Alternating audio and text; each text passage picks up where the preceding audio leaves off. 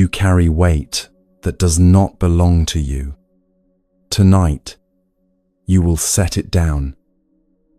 13 people walked through suffering and found the exact moment it released them. Their stories have survived 25 centuries because they work. Some you may recognize, and that recognition matters.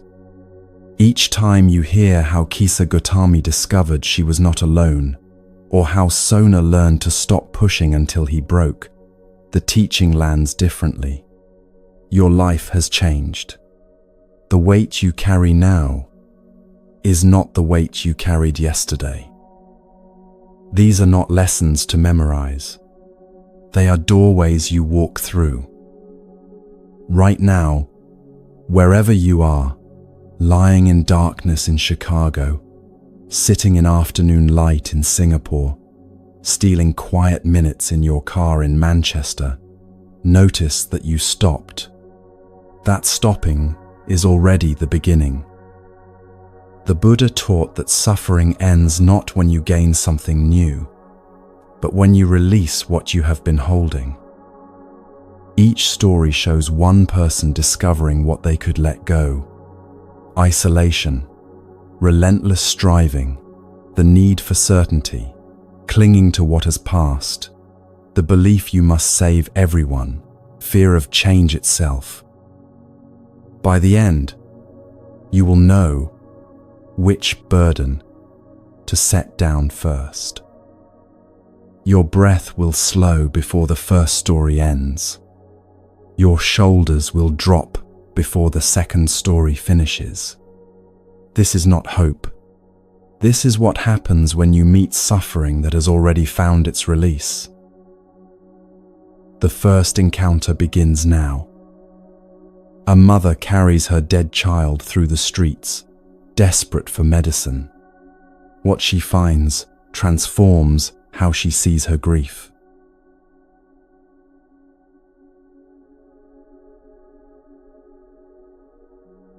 Kisa Gotami held her son against her chest as she walked through the morning streets of Savatthi. He had been sleeping for 3 days now, and she could not wake him. The neighbors had stopped offering help. Their eyes said what their mouths would not, that her child was gone, that she should accept this. But somewhere in this city, someone had medicine that would wake him. She knocked on doors before the sun had fully risen. An old woman answered, her face softening when she saw the bundle in Kisa's arms. "Please, do you have medicine for my son?" The woman reached out as if to touch the child, then pulled her hand back. "Dear one," she began, but Kisa was already turning away. She could not bear the pity. She needed medicine, not sympathy. By midday, she had visited every healer in the market district. They had given her the same look, spoken the same careful words. The weight of her son grew heavier with each step. What she knew was this: she would find help, or she would die, searching. Someone told her about a teacher staying at the monastery outside the city walls. Kisa walked through the afternoon heat, her son's body growing stiff against her shoulder, though she told herself he was only sleeping deeply. The Buddha sat beneath a tree when she arrived. His face held no pity, just a steady gaze that saw everything and judged nothing. "Teacher," she said, and her voice broke, "my son will not wake. Please, give me medicine." The Buddha looked at the child's face, then at hers. "I can help you," he said, and hope surged through her chest. "But I will need a special ingredient. Bring me a handful of mustard seed from a household that has never known death. Then I will prepare the medicine. Mustard seed. Every household had mustard seed. Kisa felt something like joy for the first time in 3 days. I will bring it at once, she said. The Buddha called after her, remember, it must come from a house that death has never touched. She waved her hand in acknowledgement. How hard could that be? The first house had a green door with flowers planted along the walkway. A young woman answered, a baby on her hip. Mustard seed? Of course. She returned with a clay jar. Kisa scooped a handful, then remembered the instruction. Has anyone in your household died? The woman's face changed. My father, last winter. Kisa poured the seeds back and moved to the next house. The second house had an older couple in the courtyard. They offered mustard seed before she asked, but when she posed her question, the man's eyes grew distant. Our daughter, 5 years ago. At the third house, a merchant answered. He had everything, he said, laughing, but his brother had died at sea. The fourth house had lost a grandmother. The fifth, a newborn. The sixth, a son in war. Kisa walked until the sun began to set. Every house had mustard seed. Every house had also known death. With each answer, something shifted inside her chest. The terrible uniqueness of her suffering began to crack like old pottery. She found herself on a hillside as darkness fell, looking down at the city. Lights appeared in windows one by one. Behind each light lived people who had lost someone. That window, perhaps a mother who had buried a child. That one, a wife who had become a widow. This light, children who would never see their father again. The entire city glowed with accumulated grief, and every single family had continued living somehow. Kisa looked down at her son's face in the fading light. His skin had gone grey. His small lips had pulled back from his teeth. She had been holding a corpse for 3 days, and everyone had known except her.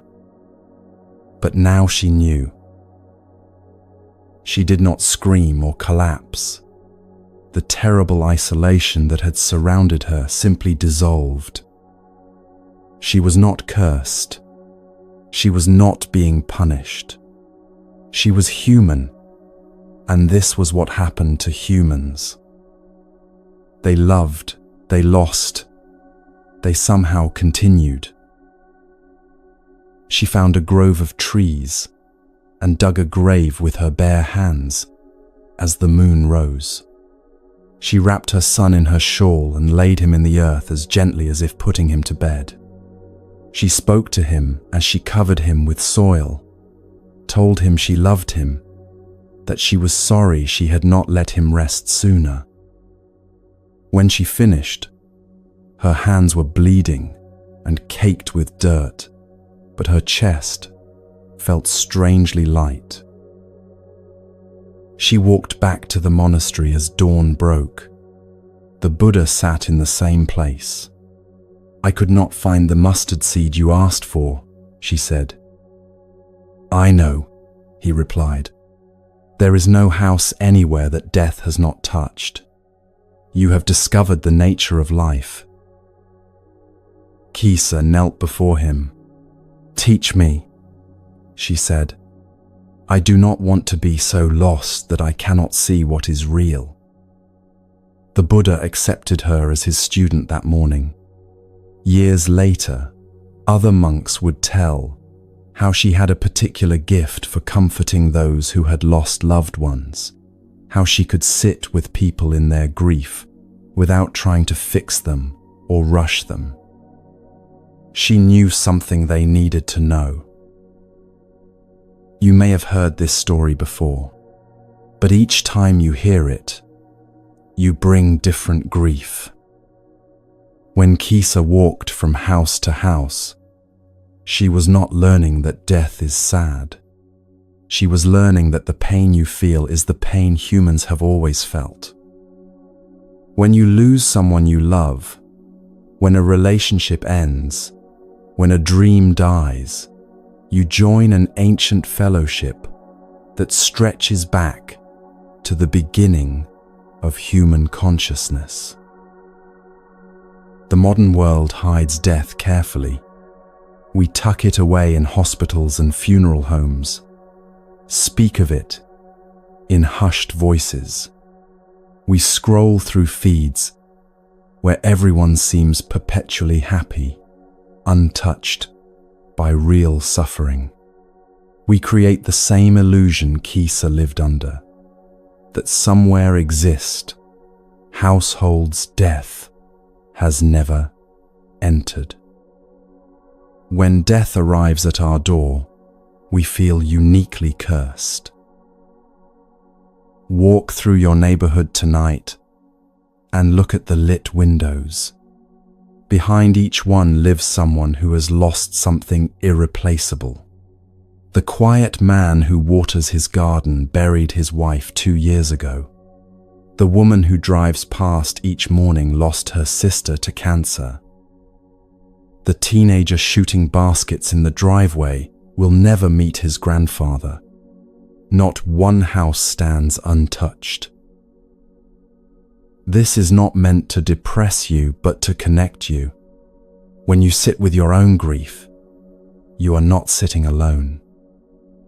The isolation you feel is not the truth. You are surrounded by others who know this territory, who have walked this path, who understand without needing explanation. Kisa learned to ask a different question.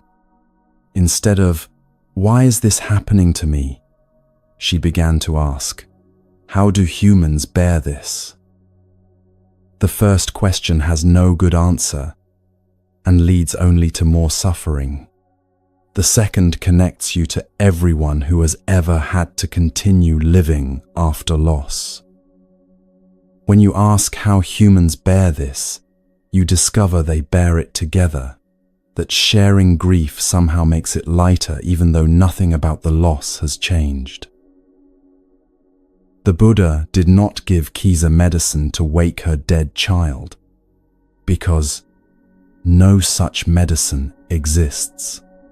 He gave her a way to wake herself from the illusion of being alone in suffering. The mustard seed teaching is not about death.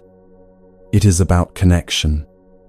It is about discovering that what you thought made you different actually makes you human.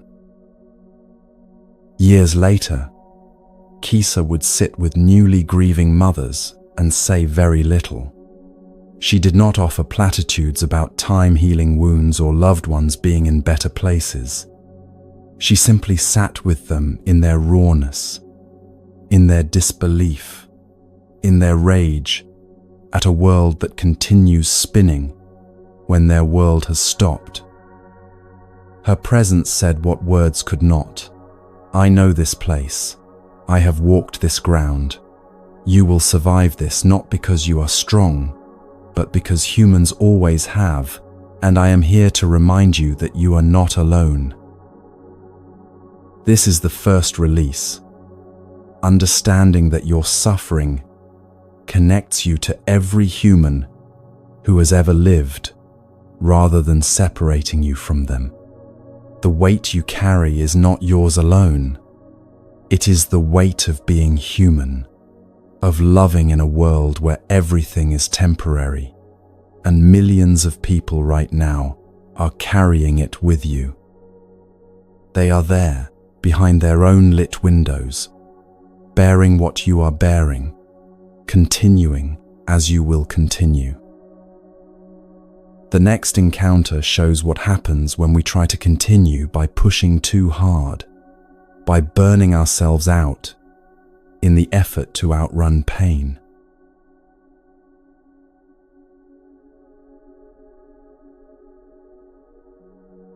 Sona's feet left small bloodstains on the walking path. He had been practicing walking meditation for hours, back and forth on the same stretch of ground, and the skin on his soles had worn through. But he could not stop. If he stopped, if he rested, if he gave himself even a moment's ease, he might never attain the freedom he sought. So he walked, and his feet bled, and he told himself this was what dedication looked like. Before he became a monk, Sona had been a musician. He had played the veena, a stringed instrument, at festivals and celebrations. His fingers had known exactly how to coax beauty from wood and wire. But that life felt distant now, almost like someone else's memory. He had given it all up to follow the Buddha's teaching, to find liberation from suffering. And if liberation required walking until his feet bled, then he would walk until his feet bled. The other monks had started avoiding him, not out of cruelty, but out of concern. They would suggest he rest, and he would shake his head. They would mention that the Buddha taught the middle way, and Sona would respond that perhaps his middle was different from theirs, that perhaps he needed to push harder. Eventually they stopped suggesting anything and simply watched him destroy himself with what he called practice. Sona slept 3 hours each night, sometimes less. He ate one small meal a day, telling himself that hunger sharpened concentration. He meditated until his back screamed and his knees went numb. And with each day that passed without breakthrough, without the flash of insight he was certain would come if he just pushed hard enough, the desperation inside him grew. One evening, after months of this relentless practice, Sona sat beneath a tree and allowed himself to think the thought he had been avoiding, "I am going to quit." The thought arrived not as defeat but as relief. He would return his robes, go back to his family, pick up his veena again. He was not cut out for this life. He had given everything he had, and it was not enough. As he sat with this decision, the Buddha appeared on the path. Sona had not seen him approach. The Buddha simply stood there, as if he had been waiting for this exact moment, and said, "Sona, may I sit with you?" Sona nodded, too exhausted to feel embarrassed about the tears on his face. The Buddha sat down beside him, not speaking for a long moment, just present in the way that made everything around him seem to settle and quiet.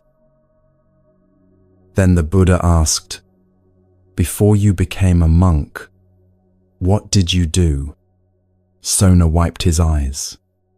"I was a musician, Lord. I played the veena." The Buddha nodded as if this explained something. "Tell me, Sona, when you played the veena, if the strings were too loose, what happened?" Sona closed his eyes, remembering. "No sound, Lord, just dull thuds. The strings would not vibrate properly. And when the strings were too tight, they would snap, Lord. Or if they held, The sound was harsh, abrupt, unpleasant. The Buddha leaned back against the tree, and when the strings were neither too loose nor too tight, Sona's hands moved without thinking, as if holding an invisible instrument. Then the veena sang, Lord. The tone was pure. You could play for hours without the strings breaking or going flat. The sound would fill a room, fill a courtyard. People would stop what they were doing just to listen. He opened his eyes and found the Buddha watching him with something that looked like affection. So it is with spiritual practice, the Buddha said. If your energy is too loose, too slack, you will make no progress. You will spend your days in comfort, but arrive nowhere. But if your energy is too tight, too forced, you will break. You will snap like an over-tightened string, and a broken string produces no music at all. Sona looked down at his bleeding feet, at his trembling hands, at the body he had been treating like an enemy that needed to be conquered. I thought I had to push harder than everyone else, he said quietly. I thought that was what dedication meant. The Buddha shook his head.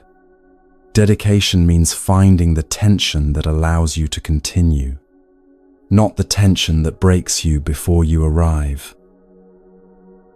Something shifted in Sona's chest, like a knot loosening. He had spent months trying to force himself into enlightenment, believing that suffering equaled progress, that if he was not in pain, he was not trying hard enough. But he had forgotten what his hands already knew, that instruments need tuning, that the right tension produces beauty, while the wrong tension produces only noise or silence or breaking. How do I know when the tension is right? Sona asked. The Buddha smiled. Your body knows. Your breath knows. When you can sustain your practice day after day without collapsing, without fleeing, without breaking, then you have found your tuning. Not my tuning, not another monk's tuning, but yours. Sona began practicing differently after that conversation. He still rose early, still meditated, still walked. But he also rested when his body needed rest. He ate enough to maintain his strength. He slept enough to let his mind settle. The other monks noticed the change but said nothing, just nodded when they passed him on the path, his feet healing, his face less drawn. Within a year, Sona attained full enlightenment, not through pushing harder, but through finding the sustainable rhythm that allowed him to continue without destroying himself in the process.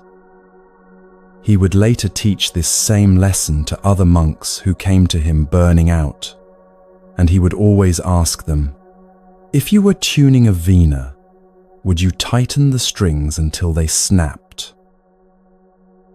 This story has survived 25 centuries because the question it asks has never stopped being relevant. How much effort is enough? We live in a culture that worships exhaustion, that treats burnout as a badge of honor, that suspects anyone who is not perpetually busy of being lazy or uncommitted. We have entire industries built on helping people optimize their productivity, squeeze more into each day, sleep less, do more, push harder. And we are snapping like over-tightened strings. You know this if you have ever worked yourself sick if you have ever believed that rest was weakness, if you have ever measured your worth by how much you could endure. You know the particular exhaustion that comes not from hard work but from unsustainable work, from trying to maintain a pace that no human body was designed to hold. You know what it feels like when the string is about to snap. The Buddha did not tell Sona to stop practicing. He did not suggest that effort was the problem. He suggested that the wrong kind of effort, the kind that destroys rather than develops, was the problem. There is a difference between dedication and destruction, between commitment and collapse, between pushing through resistance and pushing past your actual limits. Sona had forgotten this difference because he had confused suffering with progress. If his feet bled, he must be getting somewhere. If he could barely stand, he must be close to breakthrough.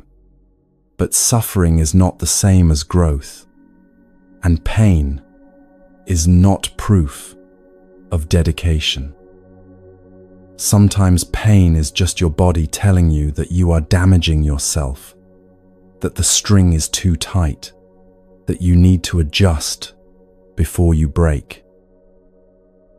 Think about the last time you pushed yourself too hard.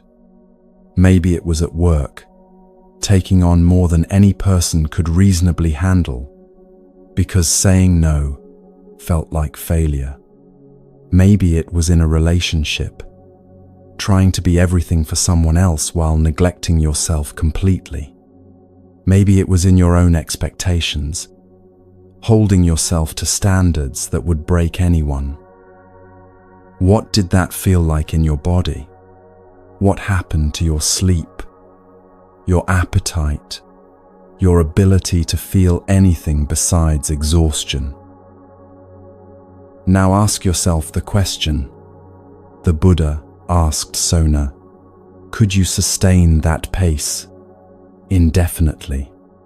Could you maintain that level of intensity for months, for years, without something fundamental breaking? If the answer is no, then the string is too tight. And a string that is too tight produces harsh music at best, and at worst, it snaps. The middle way is not mediocrity. It is not settling or giving up or lowering your standards. It is finding the exact tension that allows you to continue, to sustain, to arrive at your destination without destroying yourself before you get there. A vina strung with perfect tension can play for hours, can produce beauty consistently, can last for years. A vina with strings too tight breaks during the first song. Your life is not a sprint where the person who suffers most wins. Your life is a long practice, and the only way to complete a long practice is to find a rhythm you can sustain. This means rest is not optional. This means listening to your body is not weakness. This means that when you feel the string getting too tight, when you notice yourself edging toward collapse, you stop and adjust before you break. Sona's bleeding feet were not a sign of dedication. They were a sign that he had lost his tuning, that he was trying to force an outcome rather than allow a process. When he learned to trust the middle way, when he found his sustainable rhythm, enlightenment came not as something he wrestled into submission, but as something that arose naturally from consistent, balanced practice. You do not need to bleed to prove you are trying. You do not need to collapse to demonstrate commitment. You need to find the tension that lets you continue tomorrow, and the day after that, and the day after that, until one day you look up and realize you have arrived somewhere you could never have reached by breaking yourself. This is the second release, understanding that sustainable effort, not maximum effort, is what carries you through. The string that sings is neither too loose nor too tight, and only you can feel when your own tuning is right. Trust that feeling more than you trust the voice that says you should be doing more, pushing harder, sleeping less. That voice does not care if you break, but you should care. You should care enough to find your middle way. The next encounter reveals what happens when the mind itself becomes the obstacle, when thinking about problems replaces solving them.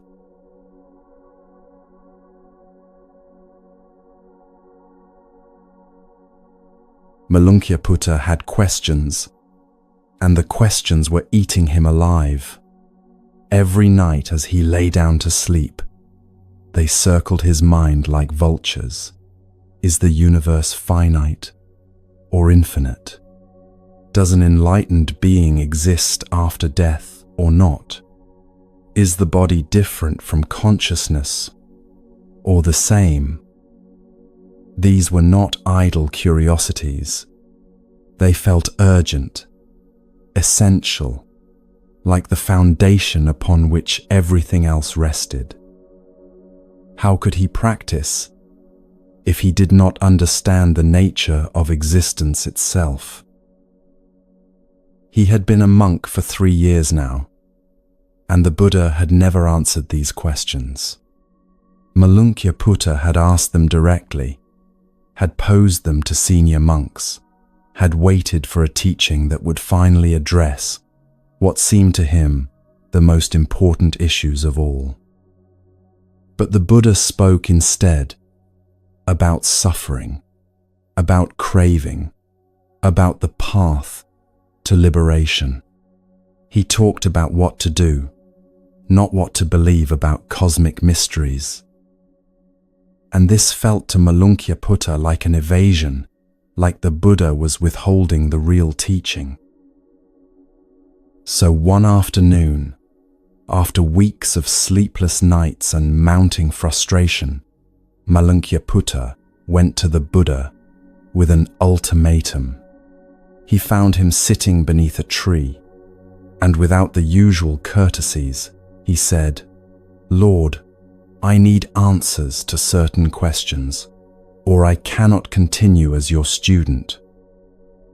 The Buddha looked at him with the same calm gaze he gave everyone. "What questions, Malunkyaputta?" Malunkyaputta listed them, his voice growing more insistent with each one. Is the universe eternal or not eternal? Is it finite or infinite? Is the life force the same as the body or different?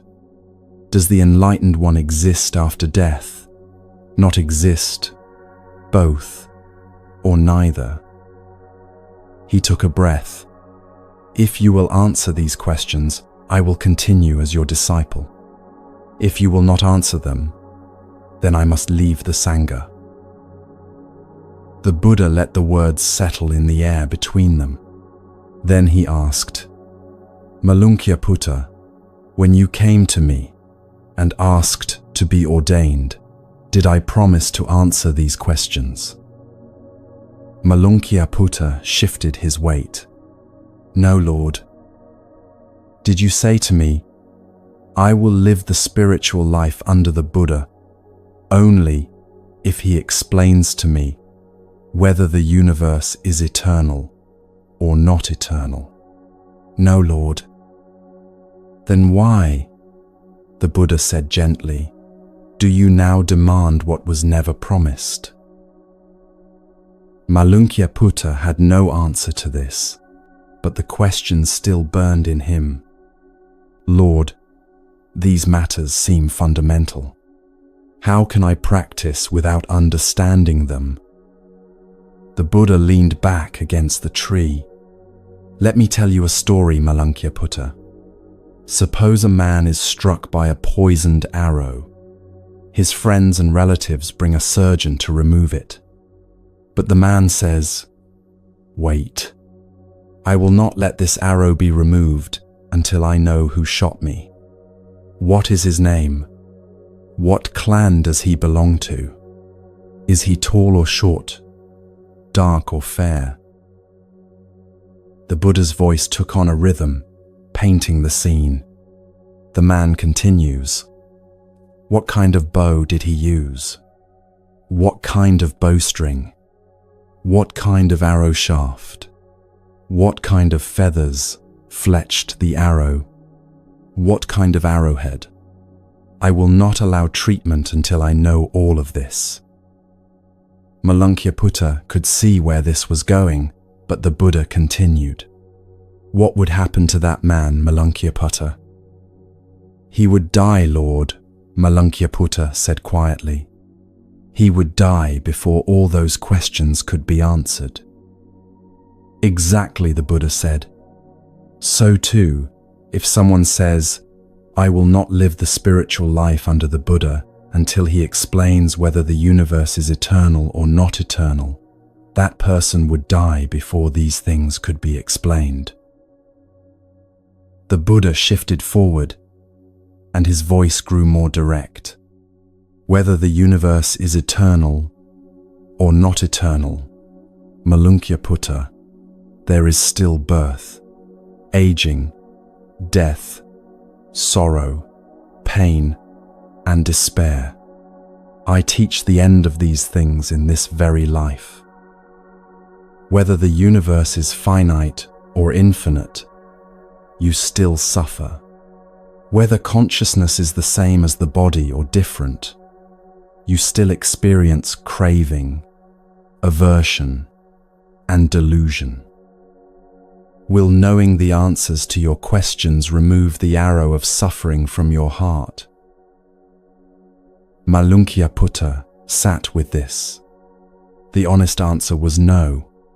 Even if the Buddha told him the universe was eternal, even if he explained in perfect detail the nature of existence after death, Malankya-Putta would still wake up tomorrow with the same anxieties, the same restless mind, the same subtle dissatisfaction that had driven him to become a monk in the first place.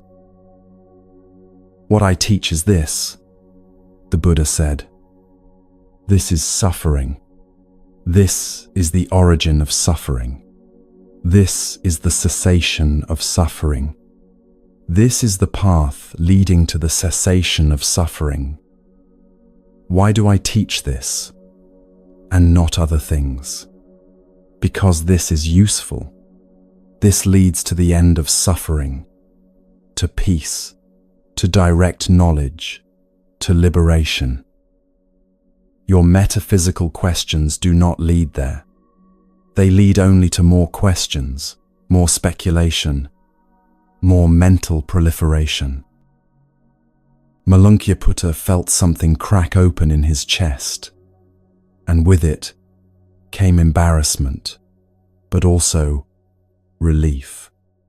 He had been so certain that he needed answers before he could progress, that understanding the architecture of the universe was prerequisite to freedom. But he had been confusing the map with the territory, the description with the experience. He had been so busy demanding to know about the arrow that he had forgotten it was killing him. "Forgive me, Lord," Malankya-Putta said. "I have been asking the wrong questions." The Buddha smiled.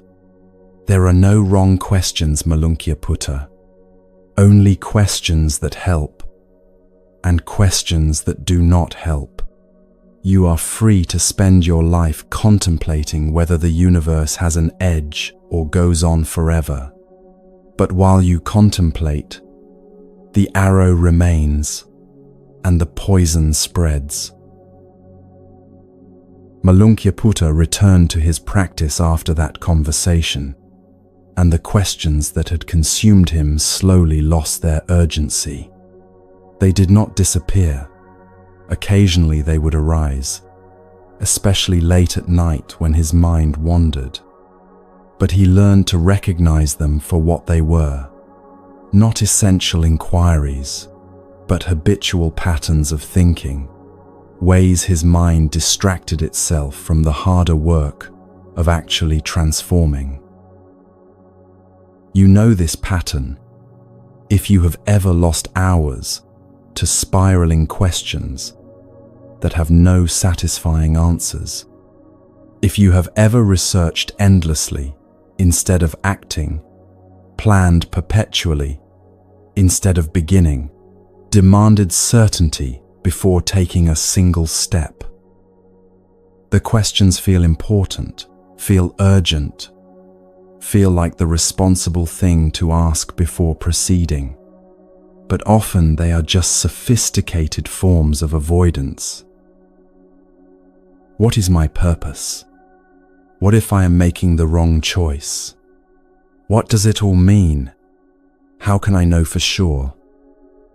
These questions can be contemplated for a lifetime without ever arriving at answers that satisfy. And while you contemplate them, the arrow of your actual suffering remains lodged in your chest. The Buddha did not say, metaphysical questions are stupid or worthless. He said they are not useful for the thing you actually need: freedom from suffering. If your house is on fire, you do not stop to research the chemical composition of fire or the philosophical implications of transformation through flame. You get out of the house. You put out the fire. You deal with the urgent thing first. Your suffering is the urgent thing. Your anxiety, your stress, your sense of being trapped in patterns you cannot escape. This is the fire. This is the arrow. And the Buddha's radical claim is that you can address it without first understanding the entire metaphysical structure of reality. This is deeply countercultural in an age that worships information, that believes every question has an answer waiting to be Googled, that treats uncertainty as a problem to be solved through more research. We have access to more information than any generation in human history, and we are more paralyzed than ever. We are Malunkyaputta with smartphones, demanding to know everything about the arrow before we will allow anyone to pull it out. Notice what happens when you redirect the question. Instead of, "What is the meaning of life?" ask, "What reduces my suffering right now?" Instead of, "How can I know I am making the right choice?" ask, "What choice allows me to act with integrity today?" Instead of, "What is my purpose?" ask, "What needs doing that I can do?" The first questions have no definitive answers and lead to paralysis. The second questions can be answered through action. The Buddha taught that some things are worth knowing and some things are not worth the time they consume. Worth knowing: how suffering arises in your own mind, what feeds it, what diminishes it, what actions lead to more peace.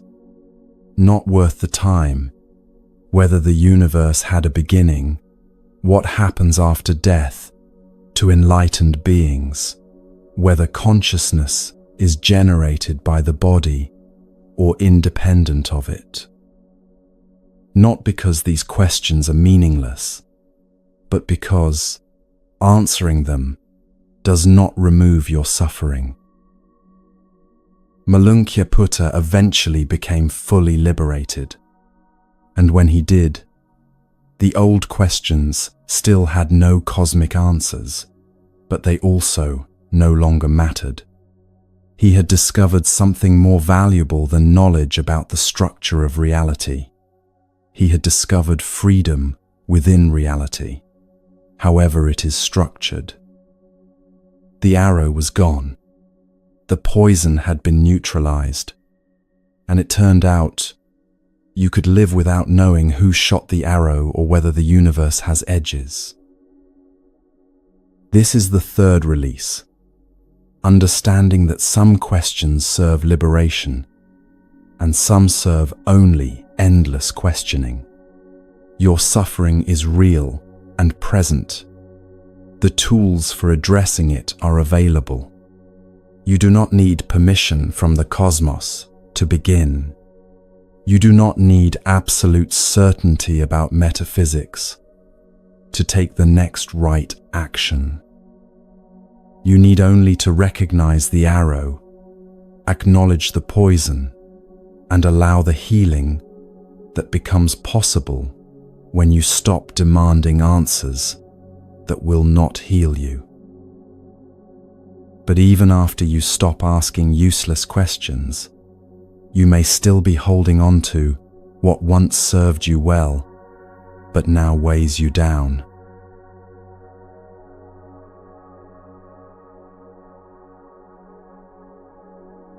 The Buddha once told his monks about a traveler who needed to cross a great expanse of floodwater.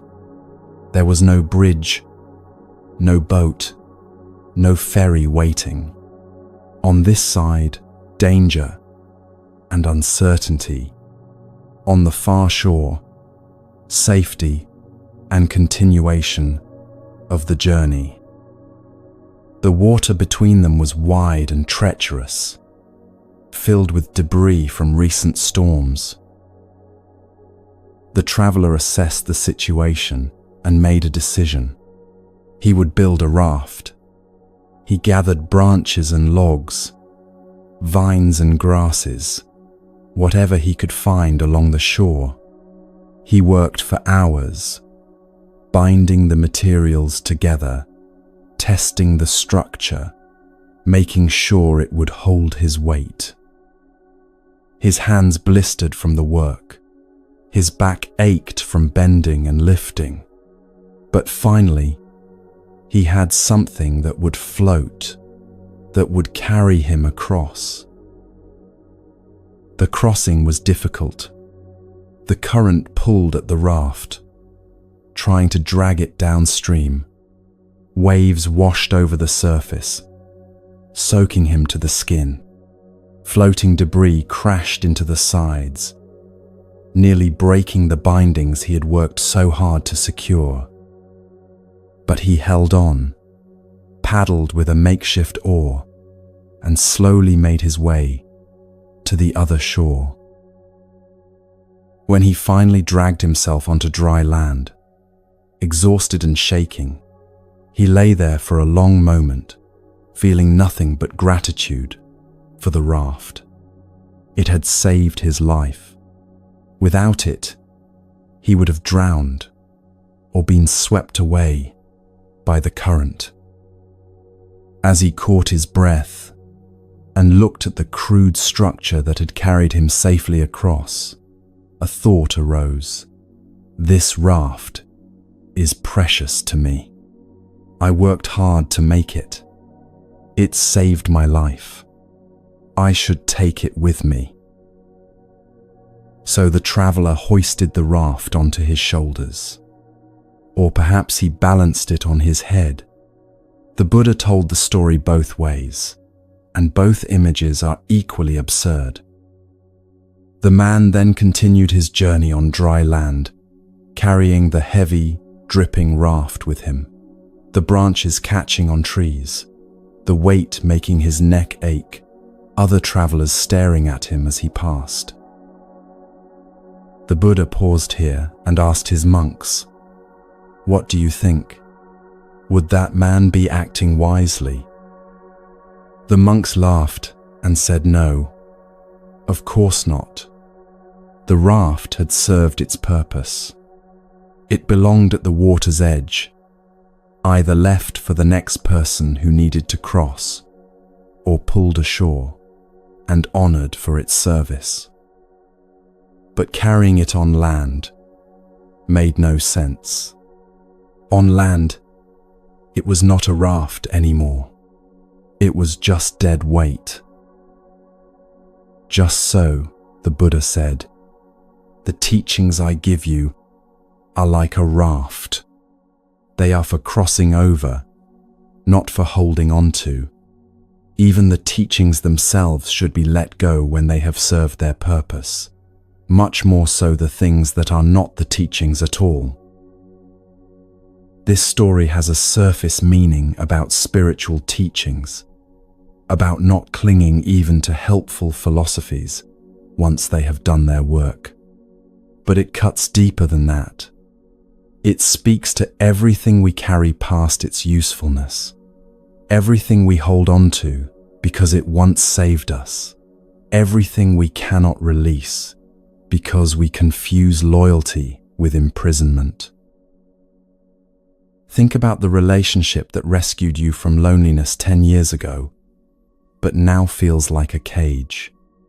The job that saved you from poverty but now drains every ounce of energy you have. The identity you constructed to protect yourself in your 20s that now prevents you from becoming who you are in your 40s. The belief system that gave you structure when you needed it, but now feels rigid and suffocating. The coping mechanism that got you through trauma, but now keeps you from intimacy. All of these were rafts once. All of them served you, carried you across treacherous water, kept you from drowning. And all of them might now be things you are carrying on your head through dry land, wondering why your neck hurts, why other people look at you strangely, why you cannot move as freely as you once did.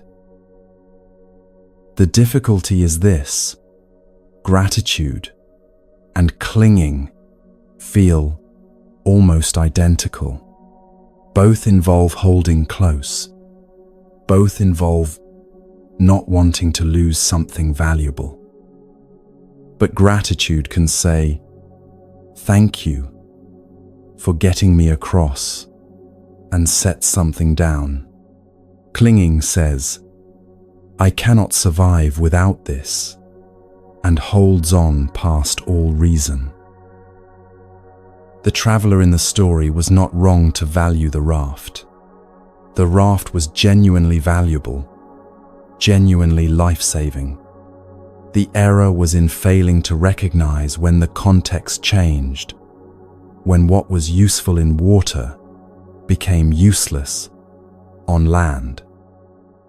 The error was in confusing honoring something with carrying it forever. You can honor the relationship that taught you what love could feel like while acknowledging it has run its course. You can be grateful for the job that paid your bills and gave you skills while recognizing it is time to move on. You can appreciate the version of yourself that survived difficult years while letting that version evolve into someone new. Honor and release are not opposites. Sometimes releasing is the most honoring thing you can do. But we resist this, and for good reasons. Letting go feels like betrayal when what we are releasing once saved us. It feels like ingratitude, like saying the raft was not good enough, like denying the service it provided. We tell ourselves, if this relationship once made me happy, who am I to leave it now? If this career once gave me purpose, how can I walk away? If this belief once gave me certainty, what does it say about me that I no longer believe it? What it says is that you crossed the water. You are on the other shore now. The raft did exactly what it was meant to do, and now the journey continues on different terrain that requires different tools. Notice the Buddha did not say, burn the raft, curse the raft, pretend the raft never helped. He said, leave it at the shore, pull it up so it does not float away, acknowledge its service. Maybe someone else will need it, and then continue your journey unencumbered. This is different from the modern tendency to dispose of things the moment they stop serving us, to discard relationships when they become difficult, to quit jobs at the first sign of boredom. The Raft teaching is not about avoiding commitment or running from challenge. It is about recognizing when you are genuinely on the other shore versus still crossing the water. It is about the difference between difficulty that signals growth and difficulty that signals you are trying to use the wrong tool for the wrong terrain.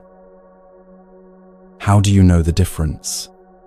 Your body knows before your mind admits it. You know you are carrying a raft on dry land when the thing that once energized you now depletes you completely. When what once felt like protection now feels like prison. When you find yourself defending your choices more than living them. When you cannot imagine life without it, but also cannot imagine continuing with it much longer. When the weight on your shoulders is no longer the good weight of meaningful burden, but the dead weight of something whose time has passed. A woman stays in a marriage because it saved her from loneliness 20 years ago, even though now they barely speak. A man keeps working at a company because it rescued him from unemployment, even though he wakes up with dread every morning.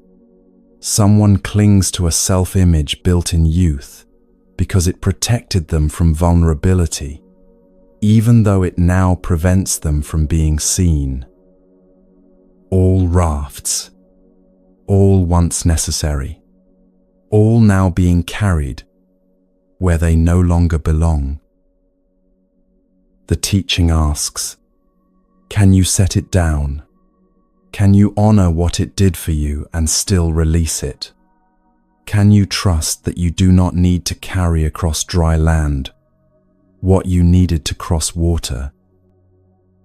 This is terrifying because it means accepting that nothing lasts forever, that what saves you in one season might suffocate you in another, that even good things have completion points.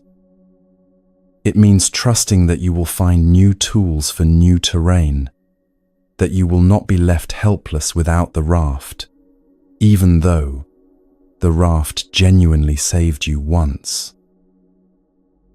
The traveler in the story had to trust that solid ground required different skills than water. He had to believe that his hands, which built one raft, could build other things, that his resourcefulness did not depend on carrying proof of past resourcefulness. He had to learn that gratitude looks like setting something down gently and continuing forward, not clutching it forever as insurance against future drowning. What raft are you carrying? What saved you once that you are now dragging through terrain where it makes no sense? What are you loyal to past the point of actual use because you believe releasing it would mean you were never grateful for its service? The Buddha taught that everything useful has appropriate context.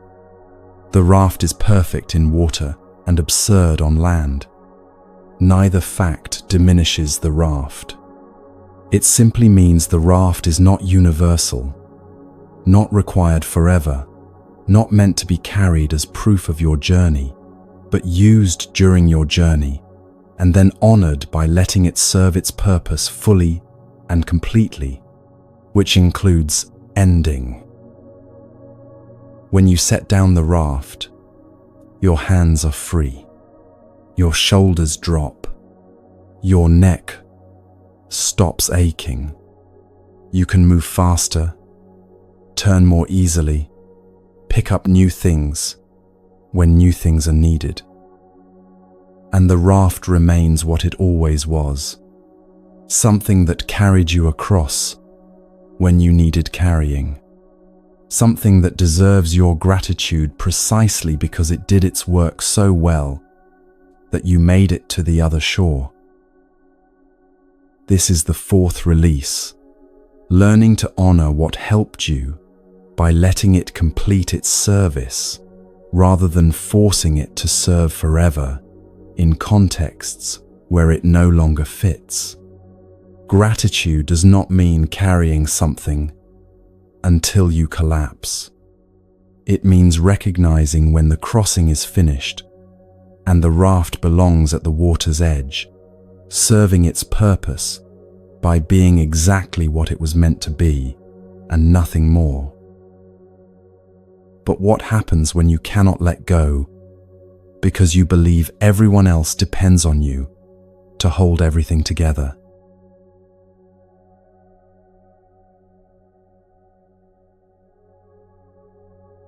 A teacher of acrobatics and his young apprentice, Anathapindika, were preparing for a performance in the village square. Their act was simple but dangerous. The teacher would balance a tall bamboo pole on his shoulders, and the apprentice would climb to the top and perform movements while perched there. One slip from either of them, and both would fall. One wobble, one moment of lost concentration, and they would both be injured, possibly killed. Before they began their practice, the teacher gave his apprentice what he thought was wise instruction. Anathapindika, you protect me, and I will protect you.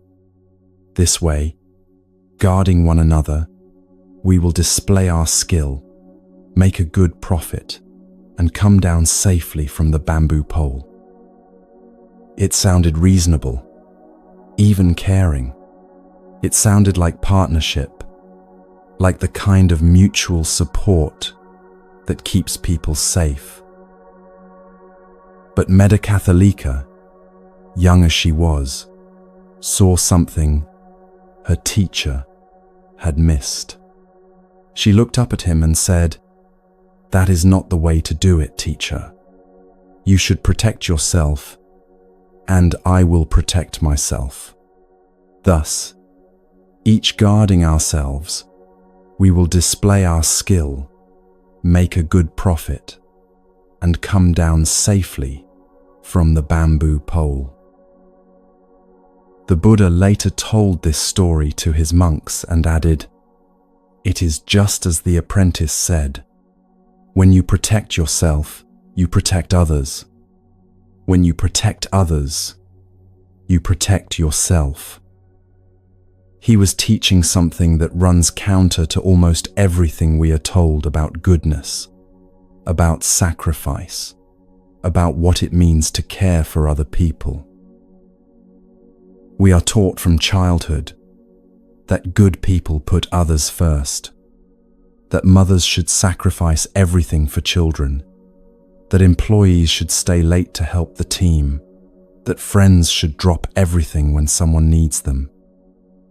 We learn that setting boundaries is selfish, that saying no is cruel, that if you are not exhausted from caring for others, then you must not care enough.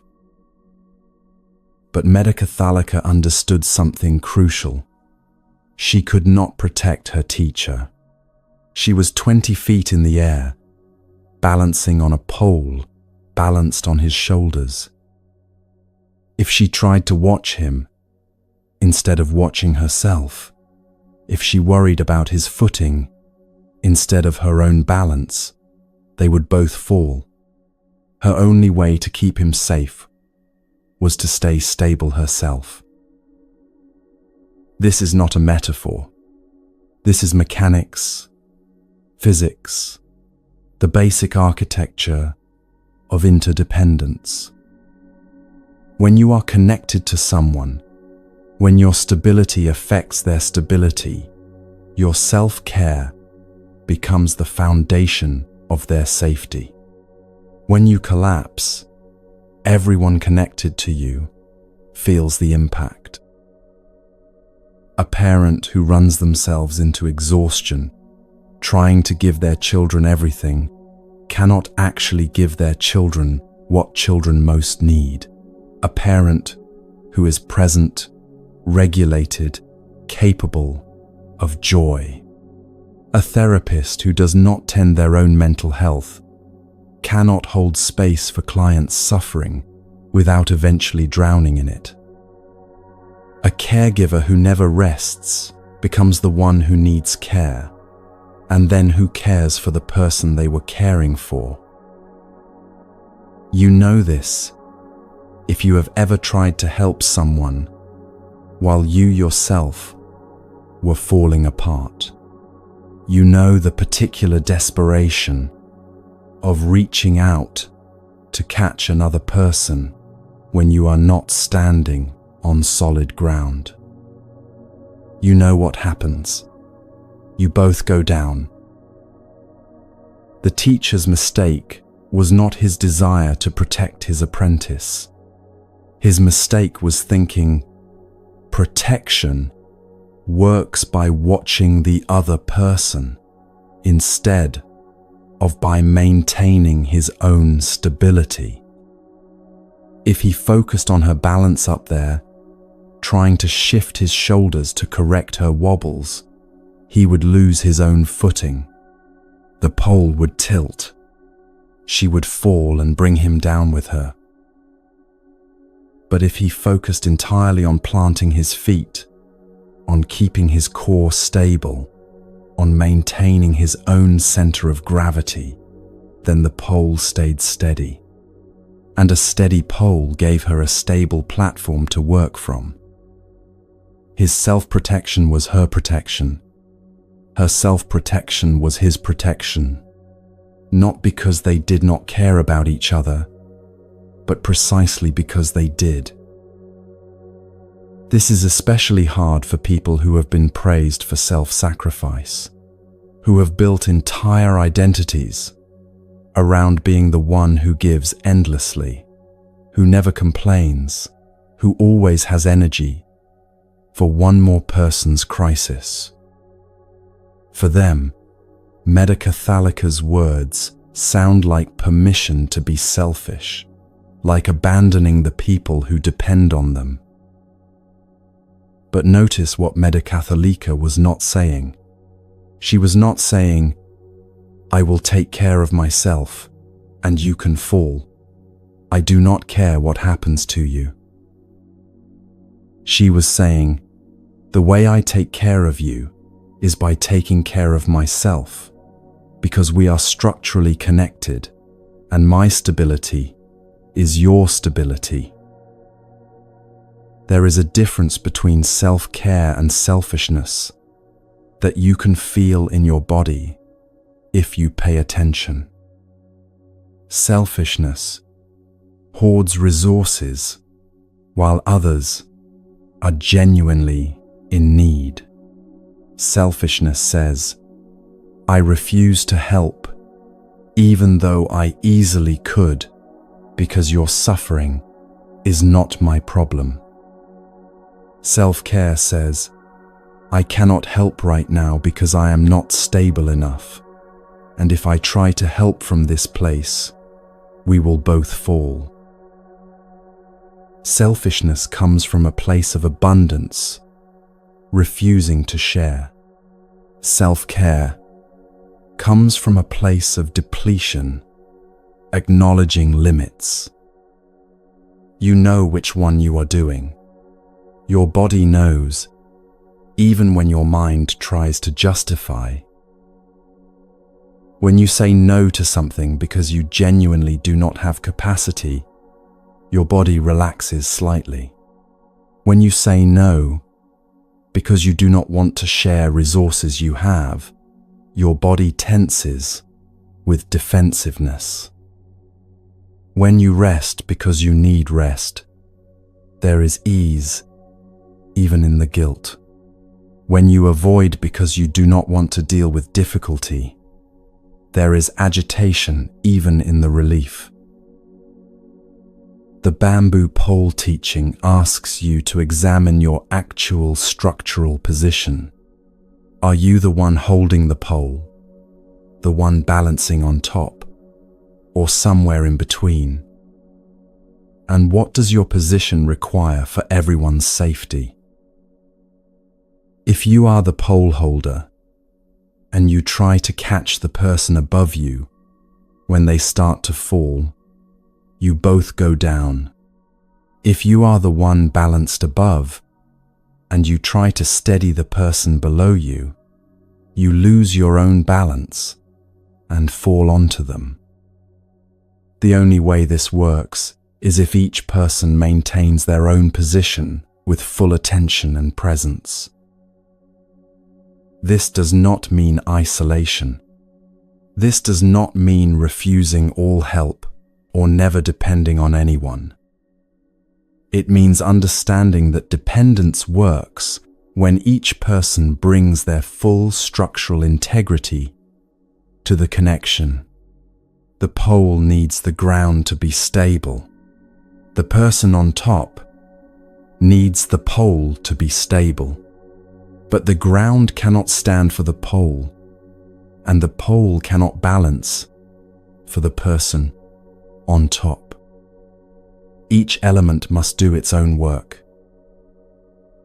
You see the opposite of this in relationships where one person has made themselves responsible for another person's emotional state, where a wife manages her husband's moods by never saying anything that might upset him, where a parent tries to protect their child from every disappointment by fixing every problem, where a friend becomes the unpaid therapist for someone who will not actually seek help. These arrangements feel like love, like devotion, like the right thing to do, but they are the teacher's mistake, not the apprentice's wisdom. The wife trying to manage her husband's moods loses her own emotional footing. The parent fixing every problem prevents the child from developing their own problem-solving capacity. The friend playing therapist burns out and then has nothing left to give. Everyone falls eventually because the structure was unstable from the beginning. Medakathalika's way works differently. Each person tends their own balance, and in doing so, creates reliable support for the other. The husband learns to manage his own emotional reactions because his wife will not sacrifice her peace to tiptoe around them. The child develops resilience because the parent trusts them to handle manageable difficulties. The friend maintains their own well-being and therefore remains available for genuine connection rather than codependent rescue. This requires trusting that other people have their own capacity to stand, to balance, to manage themselves. And when they genuinely do not have that capacity, when someone is in real crisis, real danger, real need, then you assess whether you are actually stable enough to help, or whether your attempt to help will just add your body to the pile of fallen people. Sometimes the most helpful thing you can do is say, "I cannot hold this for you right now, but I can help you find someone who can." Sometimes the most loving thing you can do is maintain your own stability rather than dive into someone else's chaos and drown together. This is not abandonment. This is structural honesty. The Buddha affirmed the apprentice's wisdom because he understood that suffering spreads through connection. When you neglect yourself in service of others, your depletion becomes their burden. Your resentment, your exhaustion, your collapse, these all affect the people connected to you. Your self-sacrifice does not actually protect them from suffering. It just changes what they suffer from and adds your suffering to the mix. But when you protect yourself, when you maintain boundaries, when you rest, when you feed your own needs and tend your own balance, you become reliable support. You become the steady pole, the solid ground, the stable platform that others can work from. Not because you are doing it for them, but because structural integrity benefits everyone in the structure. This is the fifth release, understanding that self-protection and mutual protection are not opposites, but the same movement seen from different angles. When you guard your own balance, you guard everyone connected to you. When you maintain your own footing, you provide stable ground for others to stand on. Not selfishness, but structural wisdom. Not abandonment, but the only kind of support that actually holds over time. When each person tends their own balance, they can finally see clearly what they have been avoiding, and a sheltered prince was about to discover what his father's protection had hidden from him.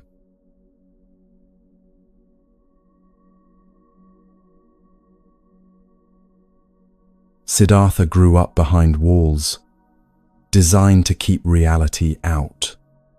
His father, King Suddhodana, had received a prophecy when his son was born. The child would become either a great king or a great spiritual teacher.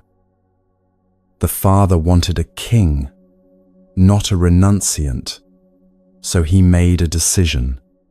He would build a world so perfect, so insulated from suffering, that his son would never question existence, never seek anything beyond the pleasures of palace life.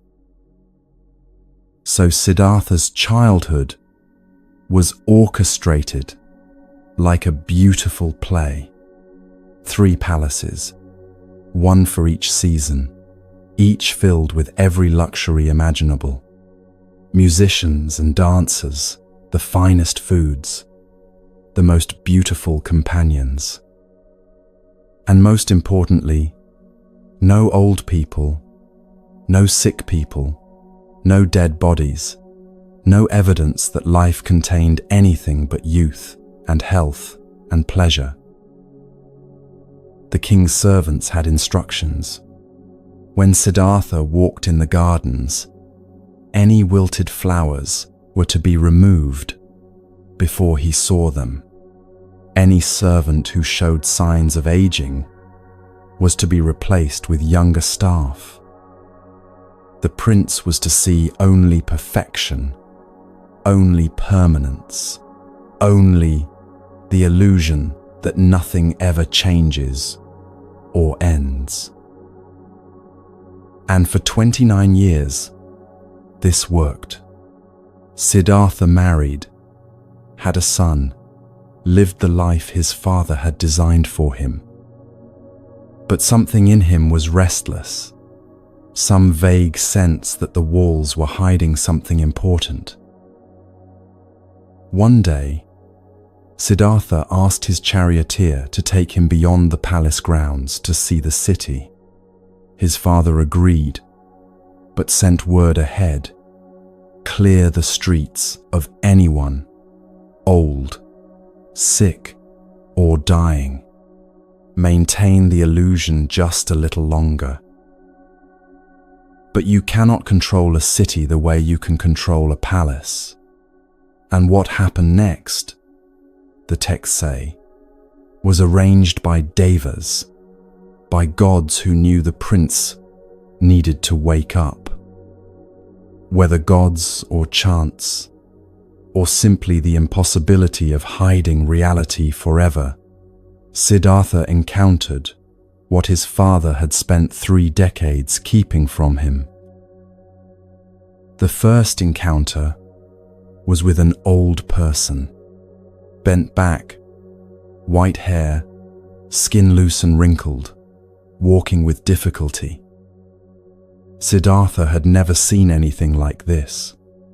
He asked his charioteer, "What has happened to that person?" The charioteer, unable to lie, said, "That is old age, my prince. It comes to everyone who lives long enough. The body weakens, the senses dim. What was once strong becomes fragile." Siddhartha felt something shift in his chest. "Will this happen to me?" "Yes, my prince. To you, to me, to everyone." The second encounter was with a sick person, fever, trembling, unable to stand without help. Again Siddhartha asked, and again the charioteer explained, "This is illness, my prince. The body breaks down, disease enters, pain comes. No one is exempt." "Even me?" "Even you." The third encounter was with a corpse being carried to cremation. The body still and grey, the mourners weeping behind it. Siddhartha had never seen death, had never even imagined that human beings simply stopped being. What is that? Where are they taking that person? That person has died, my prince. The life has left the body. This is what happens to every living being eventually. To everyone. To everyone. Your father, your wife, your son, you, me. No one who is born escapes death. Siddhartha rode back to the palace in silence.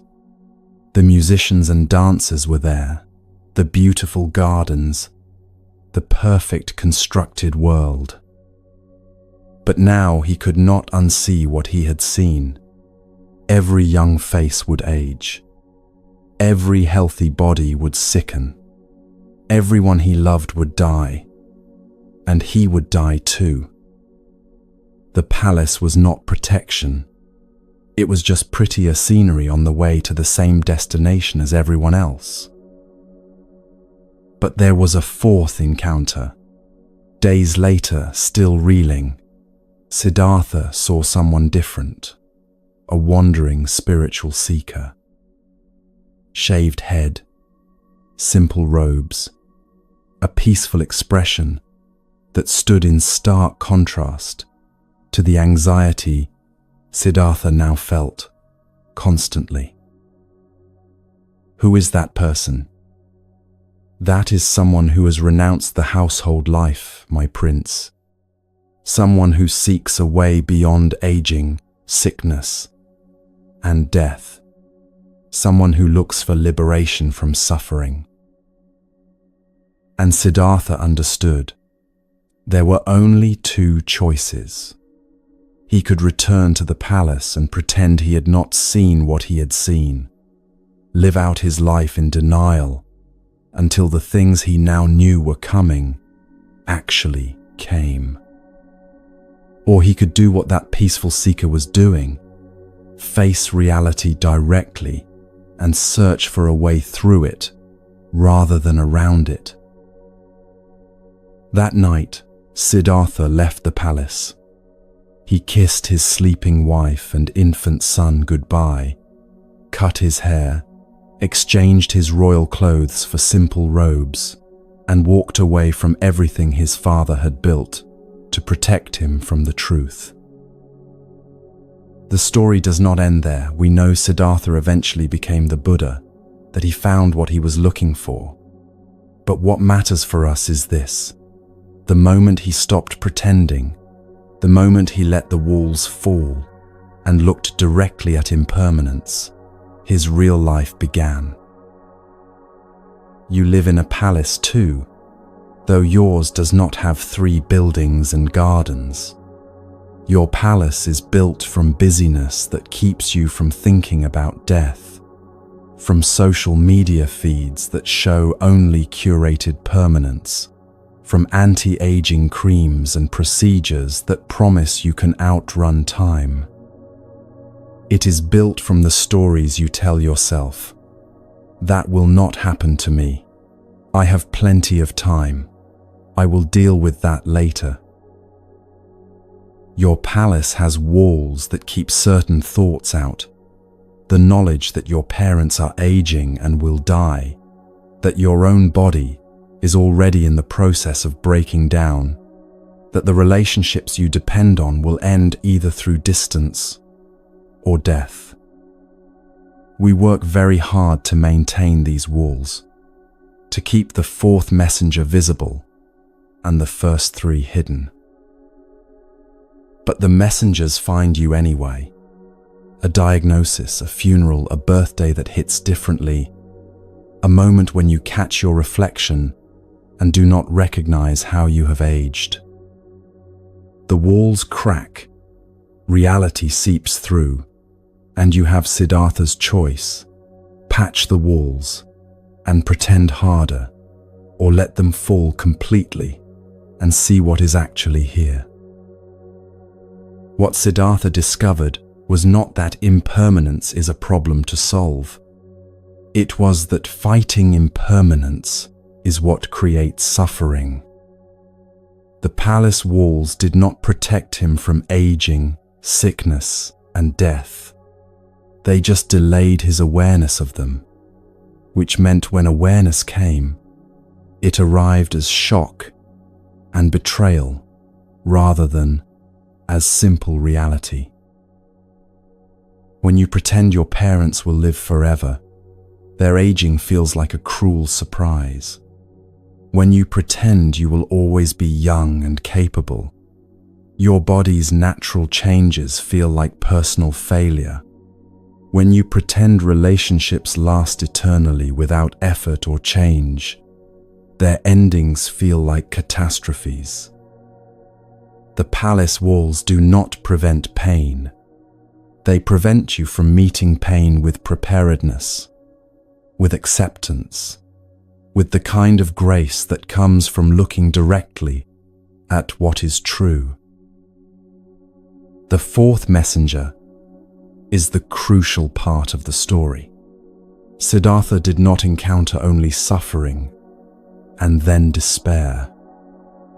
He encountered suffering and then someone who had found peace while fully acknowledging that suffering. Someone who was not pretending, not hiding, not building walls, and yet was not destroyed by reality. Someone who had discovered that you can know about impermanence and still be okay, can look directly at aging and sickness and death and find liberation rather than terror. This is what gets lost when we hear only about Buddhism and suffering. That was the first 3 messengers. The 4th messenger said, "Yes, and there is a way through. You do not have to be either ignorant or destroyed. There is a 3rd option, awake and at peace." What would it mean to let your palace walls fall today? Not in some grand dramatic gesture, but in small acknowledgements of what is true. Your body is aging, not as punishment, not as failure, just as the nature of bodies. The people you love will die, not because life is cruel, but because everything that begins ends.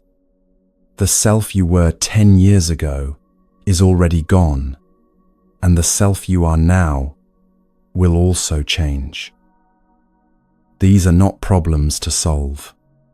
They are the conditions of existence. And inside those conditions, liberation is possible. Not liberation from impermanence, but liberation from the exhausting work of denying it, from the suffering that comes from demanding permanence in a temporary world. When you stop fighting what is true, energy becomes available for living inside the truth with presence and love, and sometimes even joy. Siddhartha's father built the most beautiful prison in the world, but it was still a prison. Your denial might be more comfortable than awareness, might feel safer than seeing clearly, but it still keeps you from your actual life. The person you are pretending to be, the one who will not age, who will never lose anyone, who has unlimited time, that person does not exist and never did.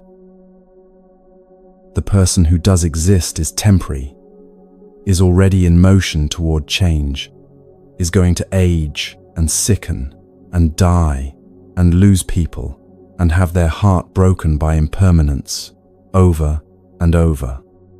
And that person, the real one, deserves to live their real life rather than perform in a palace play. That person deserves the fourth messenger's discovery, that you can be awake and at peace, that you can see clearly and still love, that liberation is not found behind walls but in the courage to let them fall. This is the sixth release, understanding that impermanence is not the enemy but the condition, and that peace comes not from hiding from what changes, but from meeting it without armor, without denial, with the kind of open-eyed presence that makes every moment precious precisely because it will not last forever. The palace offered Siddhartha safety, but the road offered him truth, and truth, it turned out, was what he had been hungry for all along. He walked away to find what does not change, but first he would have to face what always changes, and so would a king who thought he had time to prepare.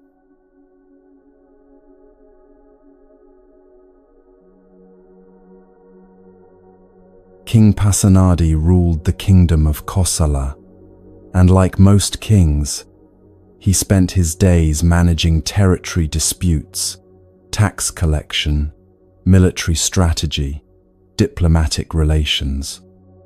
He had advisors for everything, protocols for every situation, plans stretching years into the future.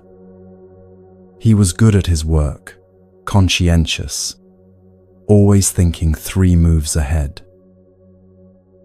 One afternoon he visited the Buddha and asked a question that had been troubling him. Lord, is there anything that cannot be avoided by wealth, by power, by military strength, by diplomacy, by clever planning? The Buddha looked at him with the directness he brought to everything. Imagine this, great king. A reliable messenger comes running from the east and says, "A great mountain is rolling toward us, crushing everything in its path. Trees, villages, animals, people, all destroyed. Do what you must while there is still time." The king listened, and the Buddha continued. Then another messenger comes from the west with the same news. A mountain crushing toward you from that direction. Then from the north. Then from the south. 4 massive mountains rolling toward you from all 4 directions, destroying all life in their path. What would you do, great king? What should be done when such a terrible destruction is coming? Pasenadi sat quietly for a moment, imagining it.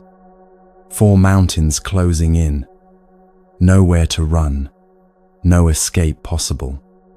Then he said, Lord, when such terrible destruction is approaching, what else could be done but to live by the teachings? What else but to act rightly, to do what is wholesome, to practice what is good? The Buddha nodded. I tell you, great king, those mountains are already rolling toward you. Aging is a mountain crushing toward you from one direction. Sickness is a mountain from another. Death is approaching from a third. And decay, the gradual falling apart of everything you think is solid, comes from the fourth. When these mountains are rolling toward you, what else is there to do but live well right now? This was not meant to terrify the king, but to clarify him, to cut through the endless postponement, the I will get to that later, the belief that there is always more time to become who you want to be, or do what you know you should do. The mountains are not coming someday. They are already in motion. Pasenadi was not being told anything he did not already know. He had seen people age, had attended funerals, had watched his own body begin to change in small ways that would become big ways. But knowing intellectually that death exists is different from feeling the urgency of mountains closing in from all directions with nowhere to hide. The teaching was not panic and despair because everything ends. The teaching was clarity about what matters when you remember that time is limited. The king had been operating as if he had infinite time to optimize every decision, to plan for every contingency, to eventually get around to living according to his deepest values. The mountain said, "You do not have infinite time, so what are you doing today?"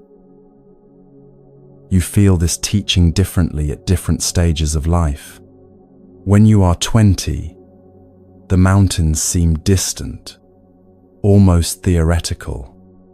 When you are 40, you can see them on the horizon. When you are 60, you can feel the ground trembling. But regardless of your age, the mountains are moving, and they do not stop for anyone's plans or protests.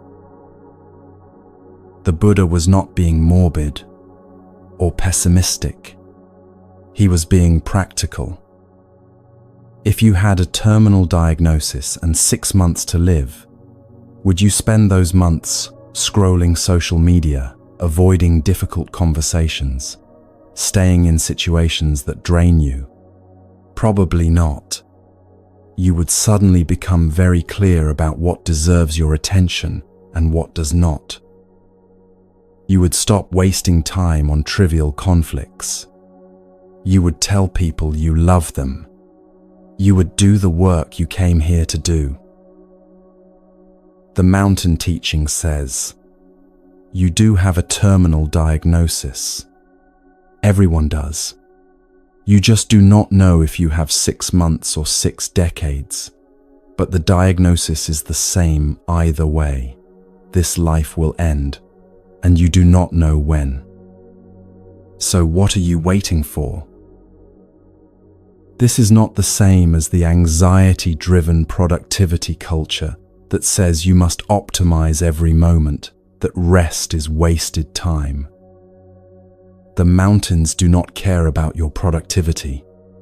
They care about whether you are living in alignment with what you actually value, whether you are being the person you want to be. For some people, the mountain teaching means finally writing the book. For others, it means quitting the job that is killing them slowly. For others still, it means calling their mother more often, or apologizing for something from years ago, or simply sitting in the garden and watching the light change. The mountains do not prescribe what matters. They just clarify that you need to know what matters and then actually do it. King Pasenadi had been living as if he could delay everything important until after he handled the urgent. After this border dispute, after this harvest, after this diplomatic mission, then he would attend to his practice, his relationships, his inner life. But there is always another border dispute, another harvest, another mission. The urgent never runs out. What runs out is time. The teaching shifted something in him, not his external life necessarily. He still had a kingdom to run, responsibilities he could not abandon. But his relationship to those responsibilities changed. He stopped treating them as obstacles between him and his real life and started treating his real life as how he showed up for those responsibilities right now, today, with the awareness that the mountains were already moving. This creates a particular kind of motivation that is not anxiety-based. Anxiety says, everything is urgent, you are always behind, you will never do enough. Mountain awareness says, time is limited, which makes now precious, which means what you do today actually matters. One creates panic, the other creates presence. Think about how you would live if you knew you had exactly 1 year left. What would you stop doing? What would you start doing? Who would you forgive? What conversations would you have? Now notice, you do not actually know that you have more than a year. The mountains are not on your schedule. They arrive when they arrive. So why are you living as if you have infinite time to get to the things that matter? This is not meant to create fear, but to cut through the fog of postponement that keeps you from your actual life. How many years have you spent planning to start the thing, preparing to have the conversation, waiting to become ready? The mountain teaching says, you are as ready as you will ever be. The moment is now, and pretending you have unlimited time is the real danger. Pasenadi could have responded to the teaching with paralysis or despair. Instead, he responded with clarification. If the mountains are coming and nothing can stop them, then what actually matters is how he lives between now and when they arrive. Not what he accomplishes, not what he accumulates, but how he shows up, how he treats people, whether he lives according to his values or in contradiction to them. The Buddha taught that remembering death is not morbid but liberating. It frees you from the tyranny of the trivial, from wasting energy on things that will not matter when the mountains arrive. It helps you distinguish between what you do because you think you should and what you do because it genuinely aligns with who you are and what you value. Sometimes the mountains clarify that you need to leave. Sometimes they clarify that you need to stay, but show up differently. Sometimes they clarify that the problem is not the external situation, but your internal story about it. But they always clarify something if you let them. Pasanadi lived differently after that conversation. Not radically different in external ways. He was still king, still had the same duties. But internally, he stopped postponing his actual life until after he handled one more thing. He started treating each interaction, each decision, each moment as if it mattered, because he understood that it did. The mountains were coming. They had always been coming, and there was no retirement from human existence where he could finally relax and be himself. Now was the time. Now was always the time. This is the 7th release. Understanding that urgency without panic is possible when you remember that time is limited and therefore precious.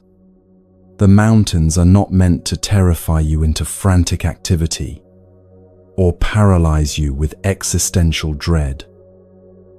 They are meant to clarify what deserves your attention and what does not, to help you live today as if it matters, because it does. You do not know when the mountains will arrive, but you know they are already in motion, and the only question is what you will do with the time between now and then. That clarity about time running short creates readiness, and for one young seeker, readiness met teaching in a way that changed everything.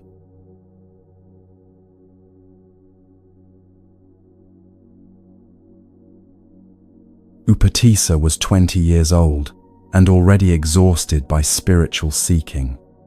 He and his closest friend Kolita had spent years studying with the best teachers they could find, practicing every technique, mastering every teaching. They had memorized scriptures, performed rituals, debated philosophy with scholars who seemed to know everything, and yet something remained unsatisfied, some question unanswered, some peace they had not found. They had made a pact years earlier. Whichever of them first discovered the deathless, the path to true liberation, would immediately tell the other. They were not in competition, but in collaboration. Two people genuinely seeking truth and willing to share it when found. So Upatissa kept practicing, kept studying, kept searching, always with a corner of his attention alert for that breakthrough moment. One morning, in the city of Rajagaha, Upatissa saw a monk he did not recognize walking through the streets. There was something different about this monk. Not his robes, which were simple like any monk's robes. Not his appearance, which was unremarkable. But the way he walked, the quality of his presence, the sense that he was completely settled in himself, in a way Upatissa had never seen in anyone. Upatissa followed him for a while, watching. The monk's gaze was soft but clear, not grasping at what he saw, not pushing it away, just receiving each moment with steady attention. His steps were even, unhurried, as if he had nowhere to be and was already exactly where he needed to be. There was no performance in it, no spiritual posturing, just a human being walking through a city with complete presence. Finally, Upatissa approached and asked, "Friend, who is your teacher? What teaching do you follow? There is something about you that is different from other spiritual practitioners I have met." The monk smiled slightly and said, "My teacher is the ascetic Gautama, the awakened one. I am still new to the training and cannot teach much. I am just a beginner." But Upatissa pressed, "Please, friend, whatever you can share, even a little. I have been seeking for years and have not found what I am looking for. Even a single phrase from your teacher's teaching would help." The monk, whose name was Assaji, paused and then spoke 4 lines that would change not only Upatissa's life, but the entire trajectory of the Buddhist tradition. Of things that arise from a cause, the Tathagata has told the cause, and also their cessation. This is the teaching of the great ascetic. 4 lines, one simple statement about causation, not elaborate philosophy, not complex meditation instructions, not dramatic revelations about the nature of reality. Just, things arise from causes, and when you understand the causes, you can understand how they cease. Upatissa stood completely still, as something fundamental shifted in his understanding. His whole life he had been looking for the thing that did not depend on causes, the eternal, unchanging reality beneath the flux of experience. But what if that was the wrong question? What if liberation was not found by discovering some permanent essence, but by understanding the temporary nature of everything, the way all phenomena arise and pass based on conditions? In that moment, standing on a street in Rajagaha, listening to a monk who claimed to be a beginner, Upatissa became what the tradition calls a stream enterer, someone who has glimpsed the nature of reality clearly enough that they will inevitably reach full awakening. Not because he understood every detail, not because he had practiced for decades, but because, in his prepared mind, those 4 lines landed with the force of recognition. He thanked Assaji, bowed deeply, and immediately went to find Kolita to fulfill their pact. When Kolita saw Upatissa's face, he knew before any words were spoken, "You have found it." Upatissa shared the 4 lines, and Kolita experienced the same shift, the same sudden clarity. They gathered the 250 spiritual seekers who had been studying with them and said, "We are going to follow the ascetic Gautama. Anyone who wishes to come with us is welcome." All 250 came. When they arrived at the Buddha's monastery, the Buddha looked up and said to his monks, "These 2 friends who are approaching will become my chief disciples, the most distinguished among my followers." And so they did. Upatissa became known as Shariputra, the monk famous for his wisdom. Kolita became Moggallana, the monk famous for his psychic powers. This story is not about the content of those 4 lines, though they point to something true and important. This story is about readiness. Why did 4 simple lines unlock complete transformation for Shariputra when he had heard thousands of elaborate teachings before?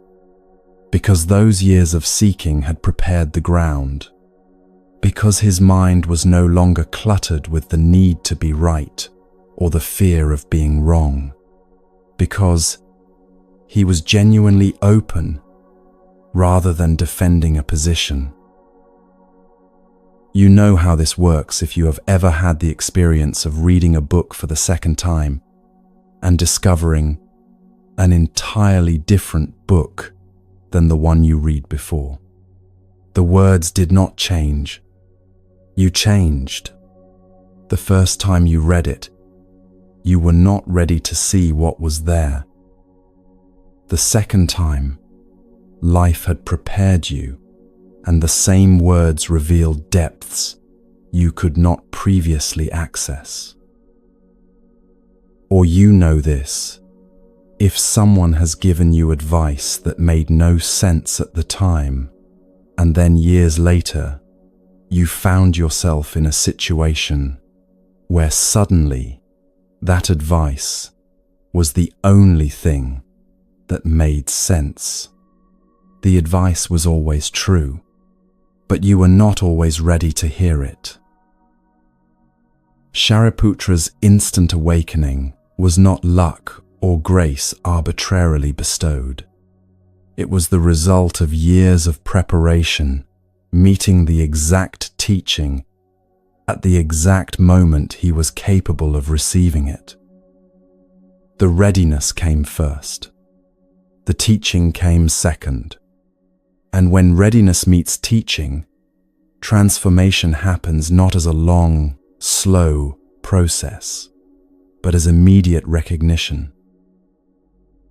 This is why the same teaching affects different people differently. One person hears about impermanence, and it rolls off them like water off stone. Another person hears the same teaching, and their entire worldview reorganizes around it. The difference is not the teaching. The difference is the soil the teaching falls into. What prepares the soil? For Shariputra, it was years of sincere seeking, years of trying different practices and finding them incomplete, years of building a genuine humility about his own understanding. By the time he met Asaji, he was not trying to prove anything or defend any position. He was simply open to truth wherever he found it, even from a monk who called himself a beginner. For you, the preparation might look different. Maybe it is suffering that has worn down your resistance to seeing clearly. Maybe it is a series of failures that have made you question assumptions you thought were unquestionable. Maybe it is years of therapy or meditation, or simply living that have gradually made you less defended and more available to reality as it is. But you know when the soil is ready because you stop needing the teaching to say what you want to hear and start being able to hear what the teaching actually says. You stop filtering everything through the question, does this confirm what I already believe? And start asking, is this true?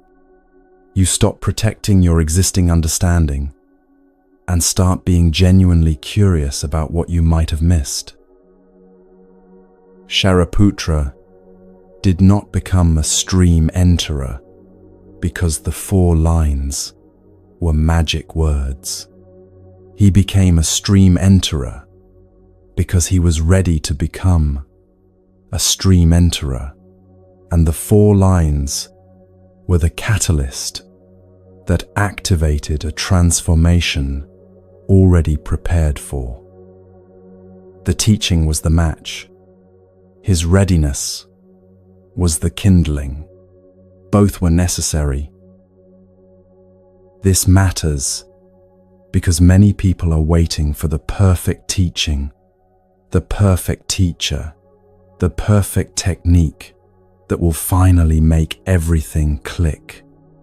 They go from book to book, workshop to workshop, teacher to teacher, always looking for the magic formula.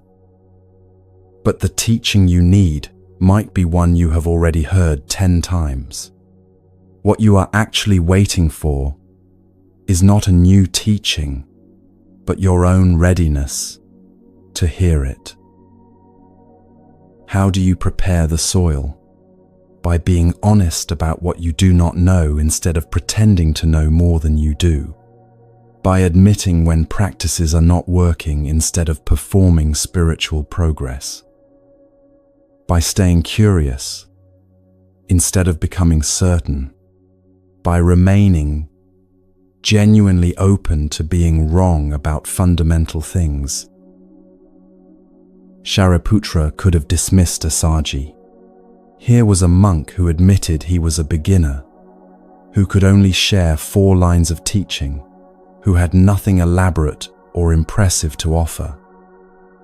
Shariputra had studied with renowned teachers, had access to sophisticated philosophical systems, had spent years in advanced practices. But he listened anyway, without hierarchy, without dismissal, without the assumption that he already knew better. That quality of listening, open, humble, genuinely receptive, is what made the 4 lines land. If he had been defending his existing understanding, if he had been comparing this teaching to others he had learned, if he had been evaluating Assaji's qualifications before deciding whether to take the word seriously, the moment would have passed. But he listened, the way soil receives seeds, without judgment, just open. This is the 8th release, understanding that transformation happens not when you find the perfect teaching, but when you become ready to hear what has always been available. The teachings are already here, have been here for centuries, are being spoken and written and shared constantly. What is rare is not the teaching, but the readiness to receive it, the quality of openness that allows truth to land without resistance, without deflection, without the mind immediately translating it into something more comfortable or familiar. Prepare the soil of your attention through honesty, through humility, through genuine curiosity, and when the teaching arrives, even in 4 simple lines from someone claiming to be a beginner, you will recognize it immediately as the thing you have been seeking all along. But how rare is it that the soil becomes ready, that readiness and teaching meet at precisely the right moment?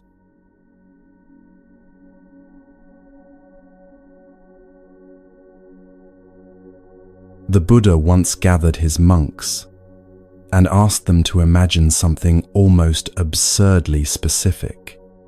Picture the entire earth covered by a vast ocean, he said. At the bottom of this ocean lives a blind turtle. This turtle is ancient and slow, and it surfaces to breathe only once every 100 years. Now imagine, the Buddha continued, that floating somewhere on the surface of this enormous ocean is a single wooden yoke, the kind used to harness oxen, with one hole in the center. The wind and currents push this yoke randomly across the water, never staying in one place, drifting east and west, north and south without pattern or predictability. The Buddha looked at his monks and asked, "What do you think? When that blind turtle surfaces once every 100 years, what are the chances its head will rise up precisely through the hole in that wandering yoke?" The monks laughed at the absurdity of the question. One of them answered, "Lord, it would be extraordinarily rare. The ocean is vast, the yoke is small and constantly moving, and the turtle is blind and surfaces so infrequently. The chances would be nearly impossible." "Just so," the Buddha said, "and yet I tell you, it is even more rare than that, to be born as a human being." The teaching landed like a stone in still water, ripples spreading through the assembly. These monks had given up everything to practice: their homes, their families, their comfortable lives. They had made the extraordinary choice to dedicate themselves entirely to awakening. And yet the Buddha was telling them that simply being born human, simply having this body and this mind and this brief window of existence, was already more precious than the rarest lottery win imaginable. Why does this matter? Because we live as if we have infinite chances, infinite time, as if being born human is ordinary and unremarkable instead of statistically miraculous. We scroll through our days half-present, postponing what matters, treating this life like a rehearsal for some future life where we will finally pay attention. Think about what had to happen for you to exist right now. Your parents had to meet among billions of people on Earth. Their parents had to meet, going back through generations, an unbroken chain of meetings and survivals and births that stretches back to the beginning of human existence. One different choice by one ancestor 1,000 years ago, and you would not be here. Beyond that, you had to be born human rather than one of the countless other life forms on this planet.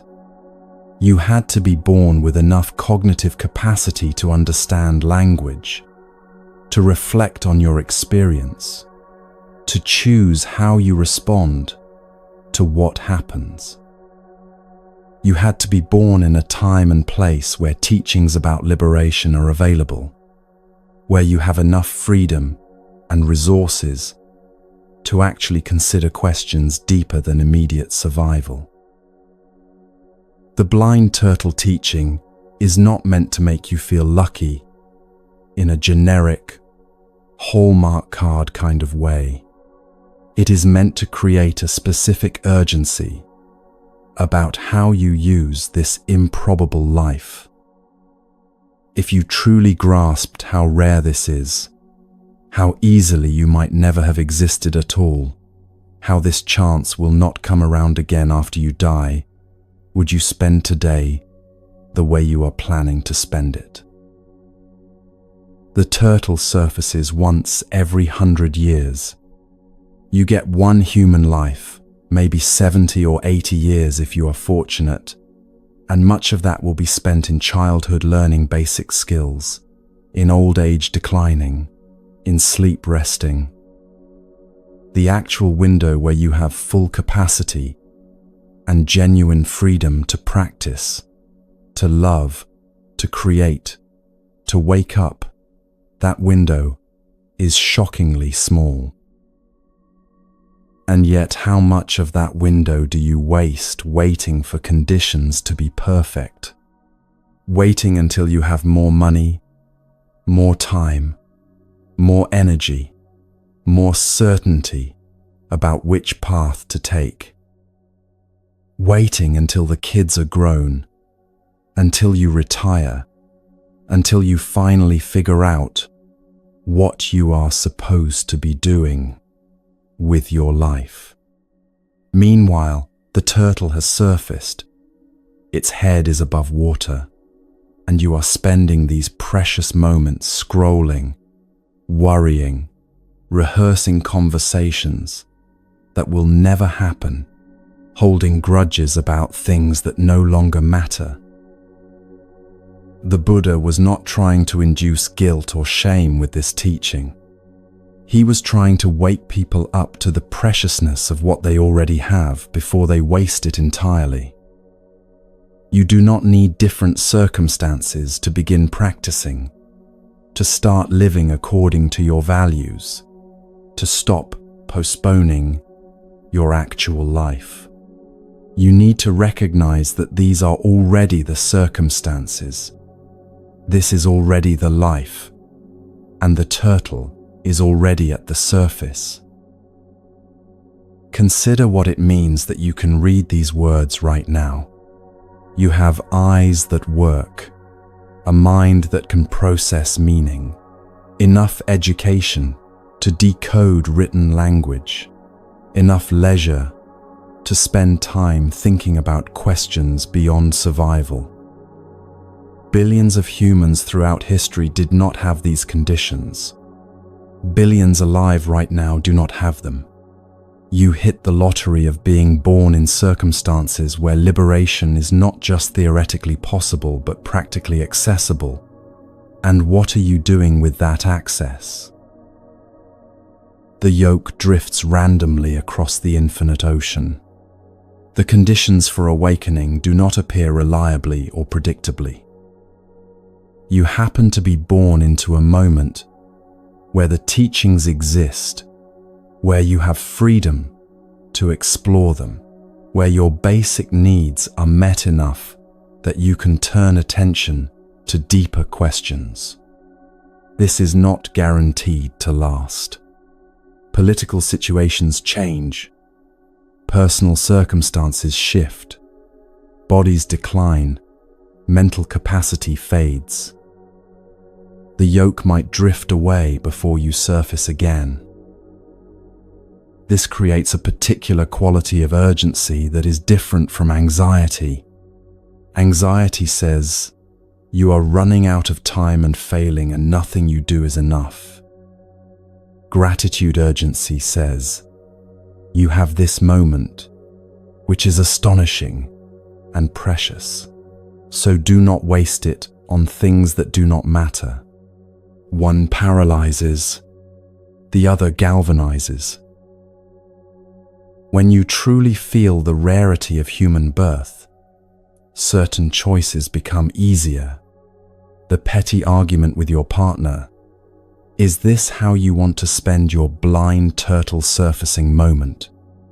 The hours lost to resentment about something that happened years ago, is this worthy of this rare and precious life? The postponement of important conversations, meaningful work, genuine presence with people you love.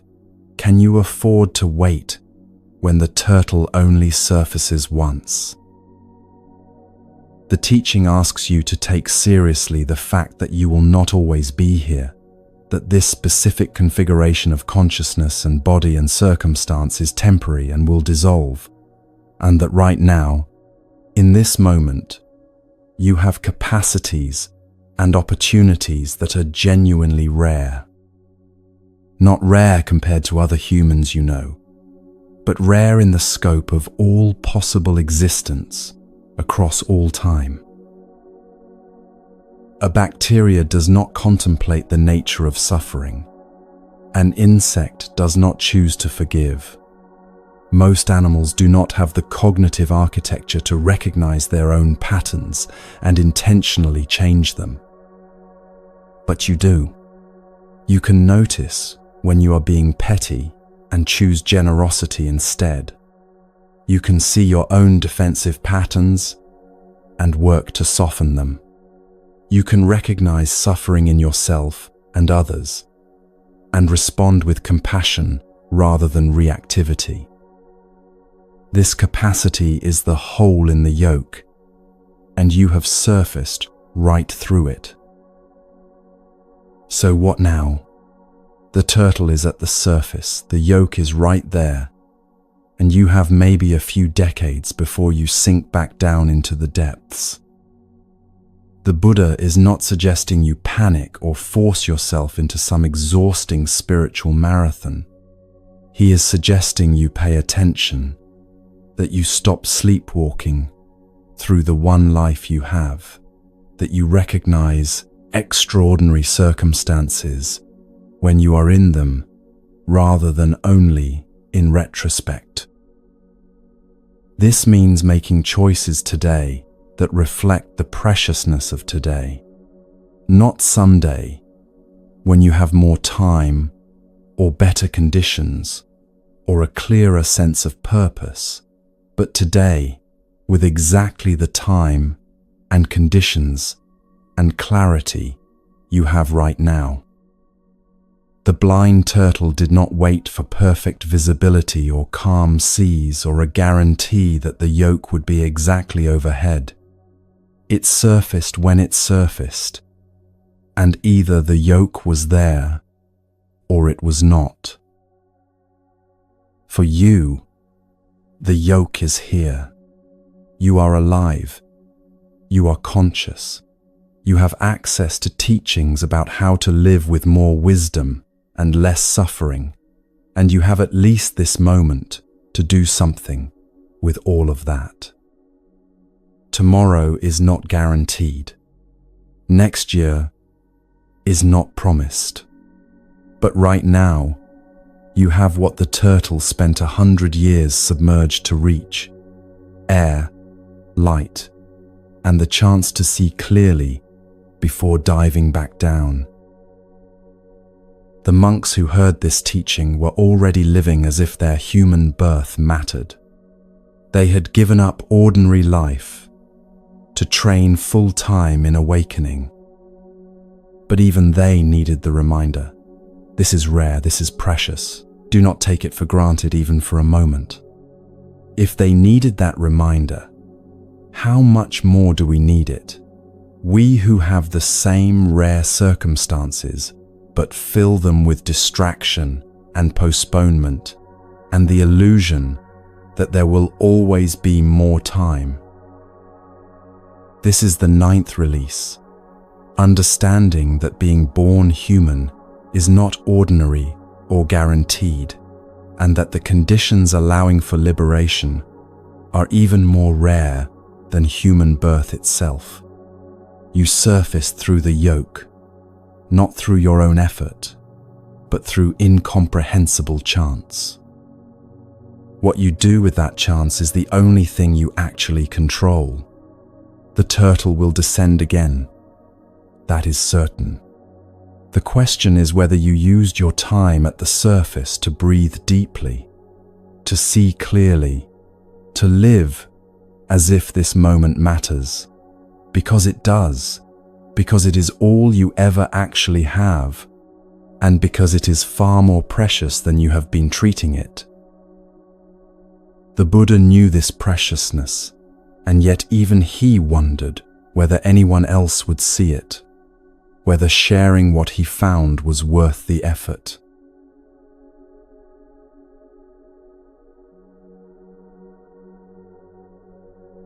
After 6 years of extreme practice, after finally sitting beneath the Bodhi tree and breaking through to complete awakening, the Buddha sat in the silence of his liberation for 7 weeks.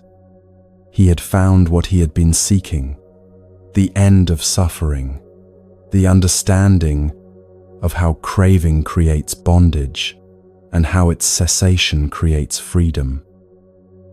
He had the answer to the question that had driven him from the palace through years of ascetic practice to this moment of complete clarity.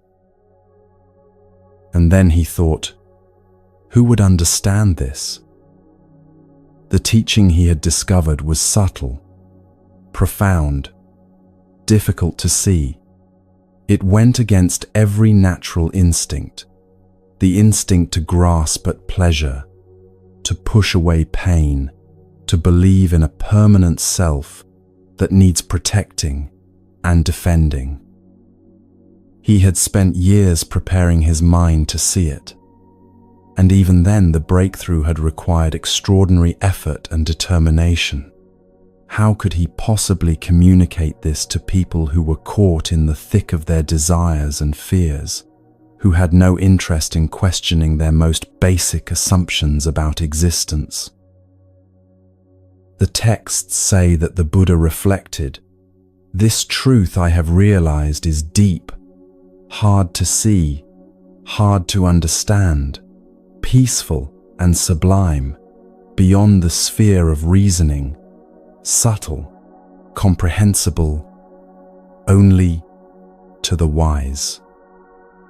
But people are attached to sensual pleasures. They delight in attachment. They enjoy attachment. For such people, this truth will be difficult to see. So he decided not to teach, not out of stinginess or lack of compassion, but out of a realistic assessment that the effort would be wasted, that no one would understand, that he would be trying to explain color to people born blind, or music to people born deaf. Why exhaust himself trying to communicate the incommunicable? Better to remain in the peace of his own liberation and let the world continue as it was. This moment of doubt is rarely talked about, but it is crucial. Even the Buddha, freshly enlightened, experienced the thought, "My wisdom will not help anyone. People will not understand. Teaching is futile." If he felt that, how much more do we feel it when we have something true to offer, but doubt whether anyone will receive it? At this moment of the Buddha's hesitation, the texts say that Brahma Sahampati, a divine being, a god in the cosmology of ancient India, appeared before him. Brahma had been watching the whole drama of the Buddha's journey, and now, seeing that the Buddha might not teach, he was horrified. Here was someone who had found the way out of suffering, and he was about to keep it to himself because he assumed no one would understand. Brahma bowed before the Buddha and said, "Lord, please teach. There are beings with little dust in their eyes who are falling away through not hearing the teaching. There will be those who will understand." The Buddha looked at the world with what the texts call the eye of a Buddha, a clear perception that sees things as they actually are. And what he saw was that Brahma was right. Not everyone was drowning in attachment. Some people had only a little dust in their eyes. They were close to seeing clearly. They just needed someone to articulate what they were already beginning to intuit. Some people were genuinely ready to hear, genuinely capable of understanding, genuinely prepared to put the teaching into practice. So the Buddha agreed to teach, not because he believed everyone would understand. That was never going to be true. But because some people would understand, and those people deserved to hear what he had discovered. Their liberation mattered, even if it was not universal, even if many others would ignore or reject the teaching entirely. This story is about the Buddha, but it is also about you, about every time you have held back from sharing something true because you assumed no one would care or understand, about every time you have kept silent about your experience because speaking seemed futile. About every time you have thought, what difference would it make? Who would listen? Why bother? Maybe you have insight about how your workplace could function better, but you do not speak up because you assume management will not listen. Maybe you understand something about parenting or relationships or healing that could help others, but you keep it to yourself because you think, who am I to teach anyone? Maybe you have survived something difficult and learned something valuable in the process, but you do not share your story because you believe no one wants to hear about pain or struggle. The Buddha's hesitation gives you permission to acknowledge that yes, many people will not understand, will not care, will not be ready to hear what you have to offer. That is true and realistic. But Brahma's request reminds you, there are beings with little dust in their eyes. There are people who are right on the edge of understanding, who just need someone to name what they are experiencing, who are genuinely ready to receive what you have learned. You do not have to reach everyone. You do not have to convince the unconvincible or wake up people who are determined to stay asleep. But there are some, maybe just a few, maybe more than you think, who are ready, who are waiting, who need exactly what you know, in exactly the way you know how to share it. And they matter enough to make the effort worthwhile. This is different from the contemporary pressure to have a platform, to build an audience, to monetize your knowledge, or perform your expertise. The Buddha was not trying to become an influencer or build a following. He was responding to the genuine need of people who were ready to learn, sharing what was true because it was true, and because someone needed to hear it. The question is not, how can I reach millions of people? But, are there a few people who are ready? And the answer is almost always yes.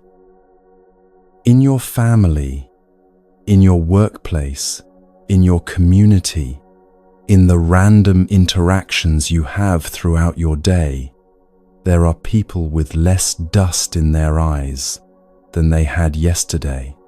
People who are becoming ready to see something they could not see before. People who would benefit from hearing what you have learned. Brahma's request also teaches something about doubt.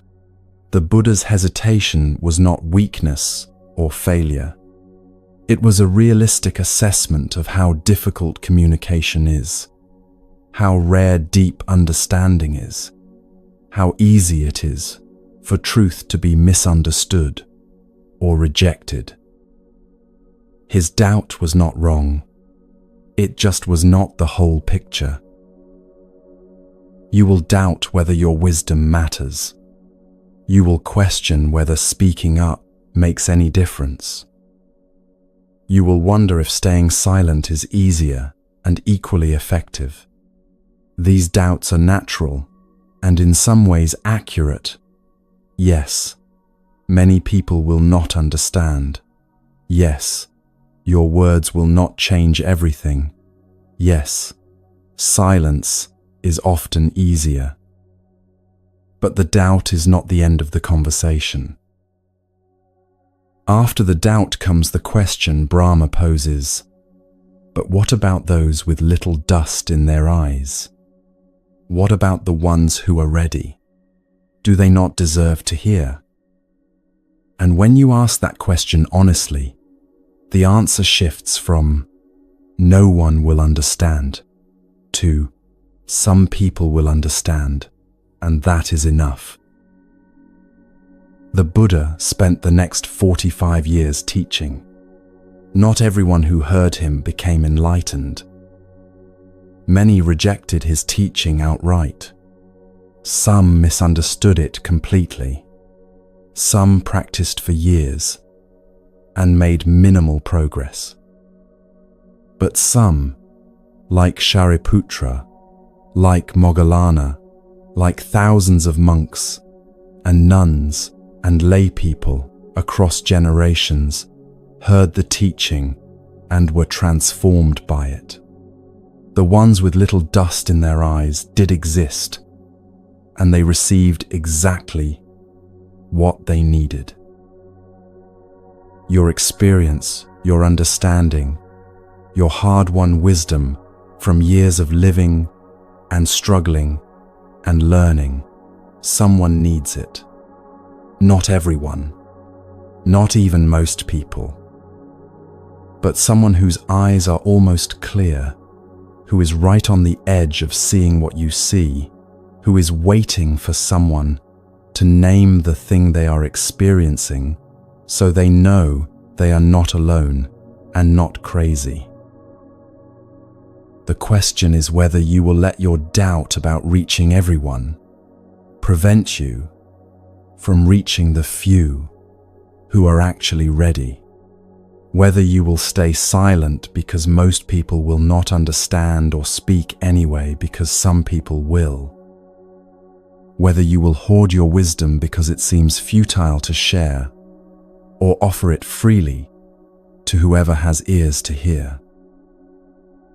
Brahma's request was not, make everyone understand.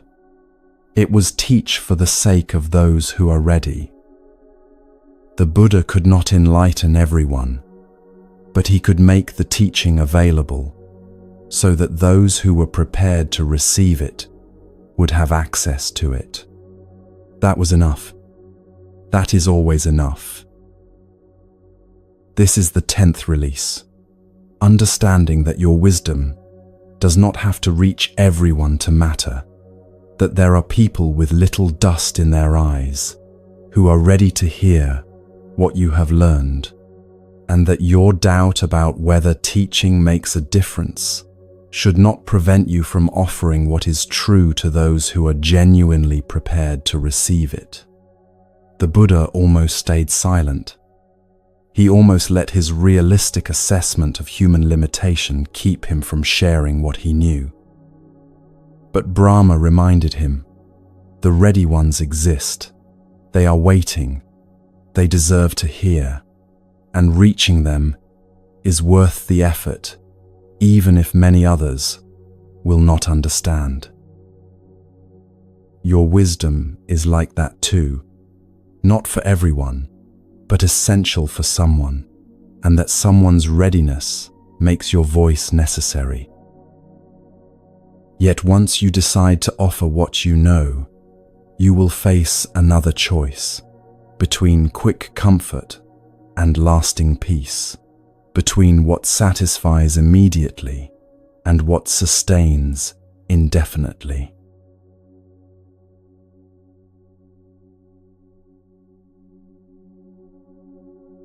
A young monk rose before dawn to bathe in the river, as was his custom. The water was cold and clear, the morning air still cool, the world quiet except for birds beginning their first songs. He washed mindfully, present with each sensation, not rushing, not lost in thought, just bathing. As he prepared to leave the river, a goddess appeared before him. She was extraordinarily beautiful, radiant, with an otherworldly light, and she smiled at him with an invitation that was unmistakable. "Young monk," she said, her voice like music, "you are wasting your youth. Look at you, young, healthy, full of vitality. And what are you doing with this precious time? Sitting in meditation, eating one meal a day, sleeping on the ground, renouncing all pleasure. I can offer you everything you are denying yourself: sensual delight, luxury, comfort, all the pleasures your body was made to experience. Why choose hardship when happiness is available right now?" The monk looked at her without agitation, without temptation, without even needing to resist. He simply replied, "I have abandoned dangerous pleasures for the sake of pleasure that is safe." You praise sensual pleasure, goddess, but I do not delight in it.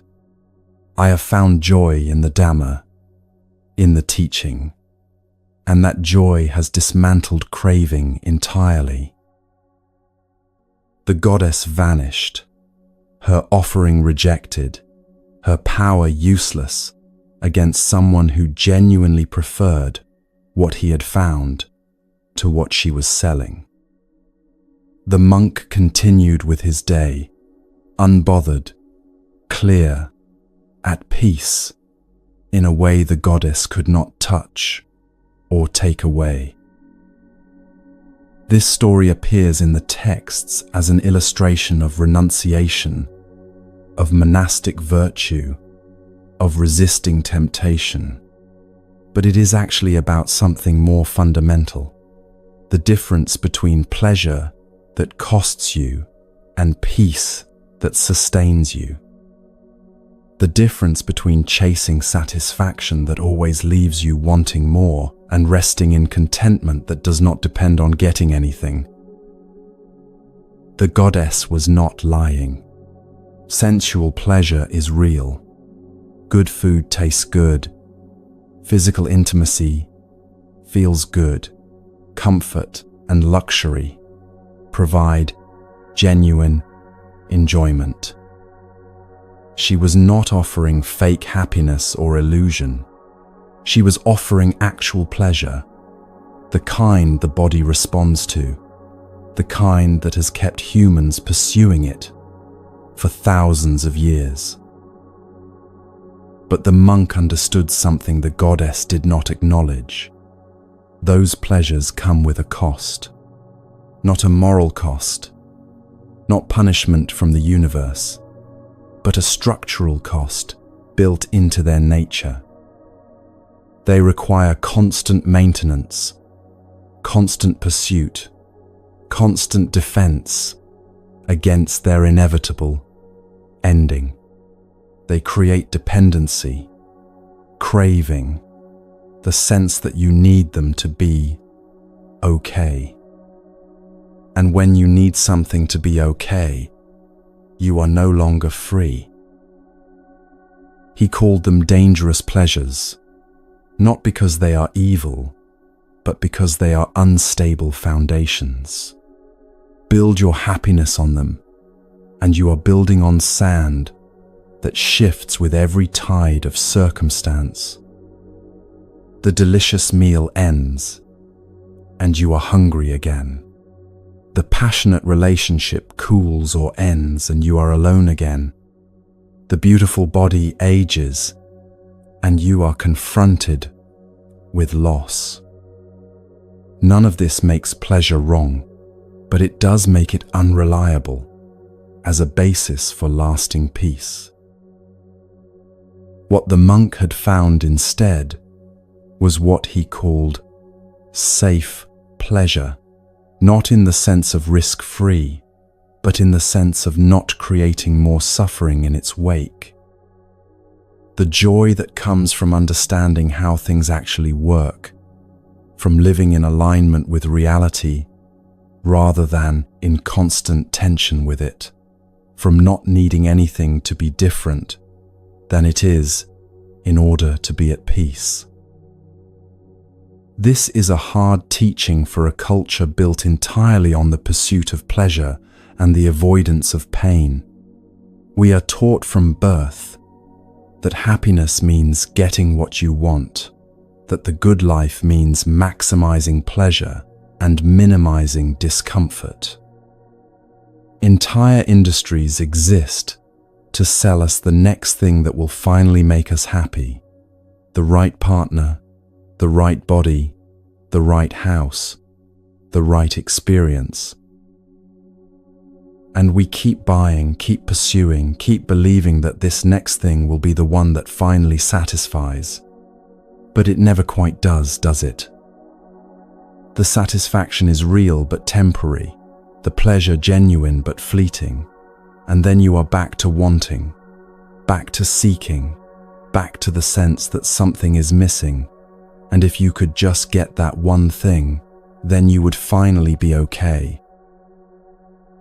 The monk was not denying that sensual pleasure feels good. He was recognizing that building your life around chasing it creates a particular kind of suffering, the suffering of always wanting more, always fearing loss, always dependent on conditions outside your control to determine whether you are happy or miserable. He had tried that approach and found it exhausting. What he discovered instead was that when you stop making happiness conditional on getting specific pleasures, a different kind of contentment becomes available. Not the spike of excitement when you get what you want, but the steady baseline of being okay, regardless of what you get or do not get. Not needing the world to arrange itself perfectly for you to be at peace, but being at peace with the world as it actually is. This does not mean becoming numb or indifferent or joyless. The monk still experienced pleasure, the cold water on his skin, the beauty of dawn, the satisfaction of a mind at rest. But he was not dependent on those pleasures, not driven by them, not afraid of their absence. They arose when conditions were right, and passed when conditions changed, and neither the arising nor the passing determined his fundamental state of being.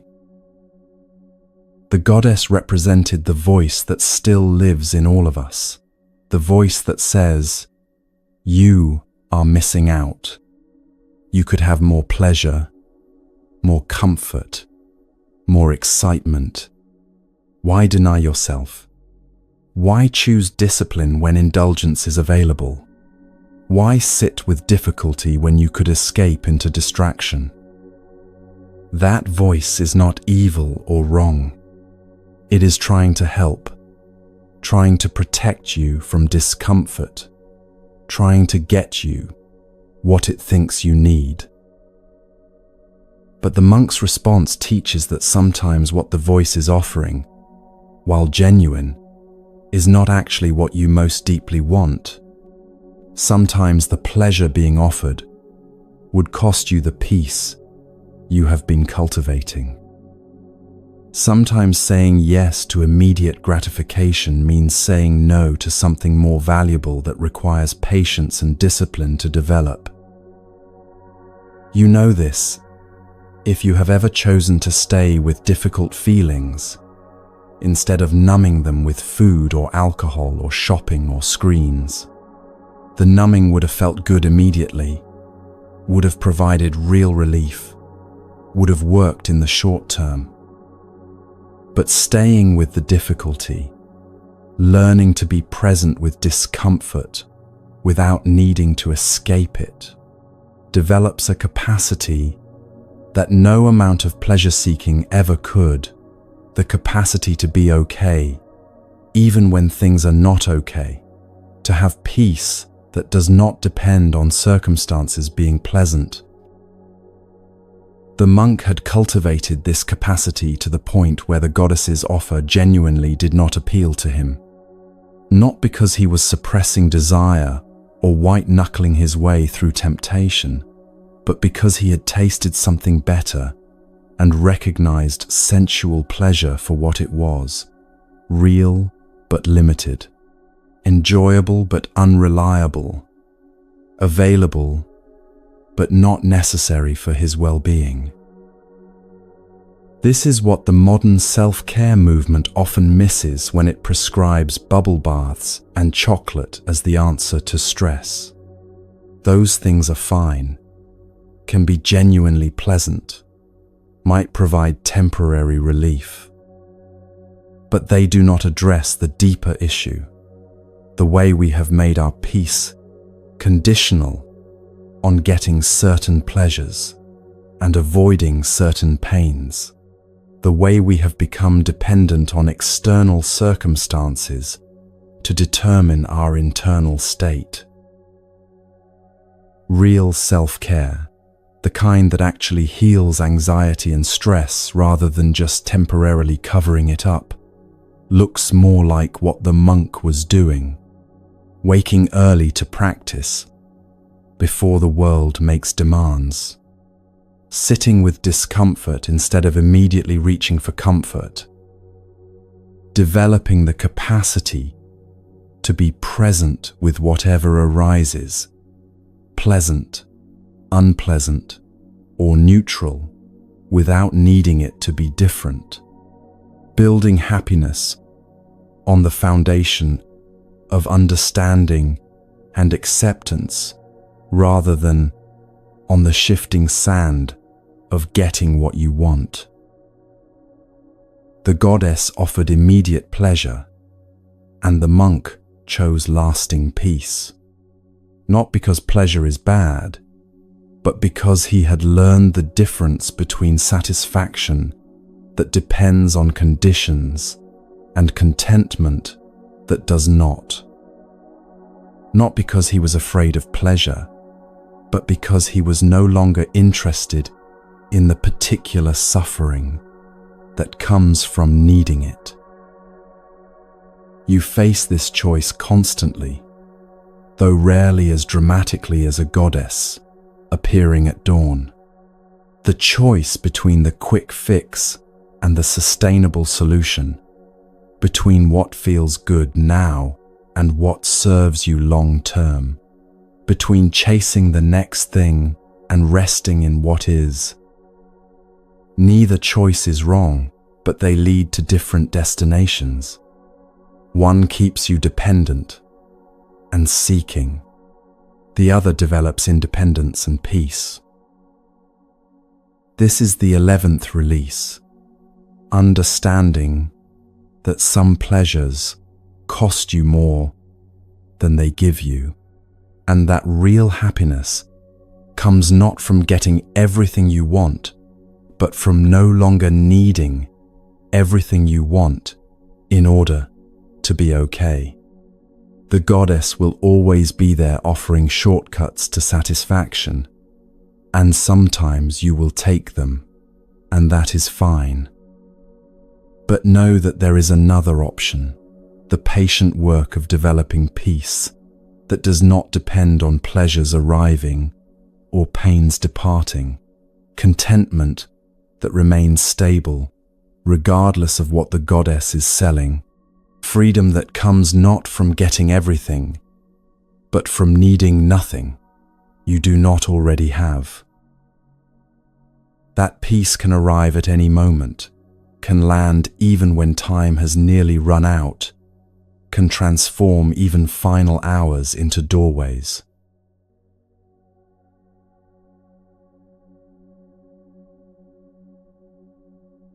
Anathapindika lay dying in his home in Savatthi, and he knew his time was measured in days, perhaps hours.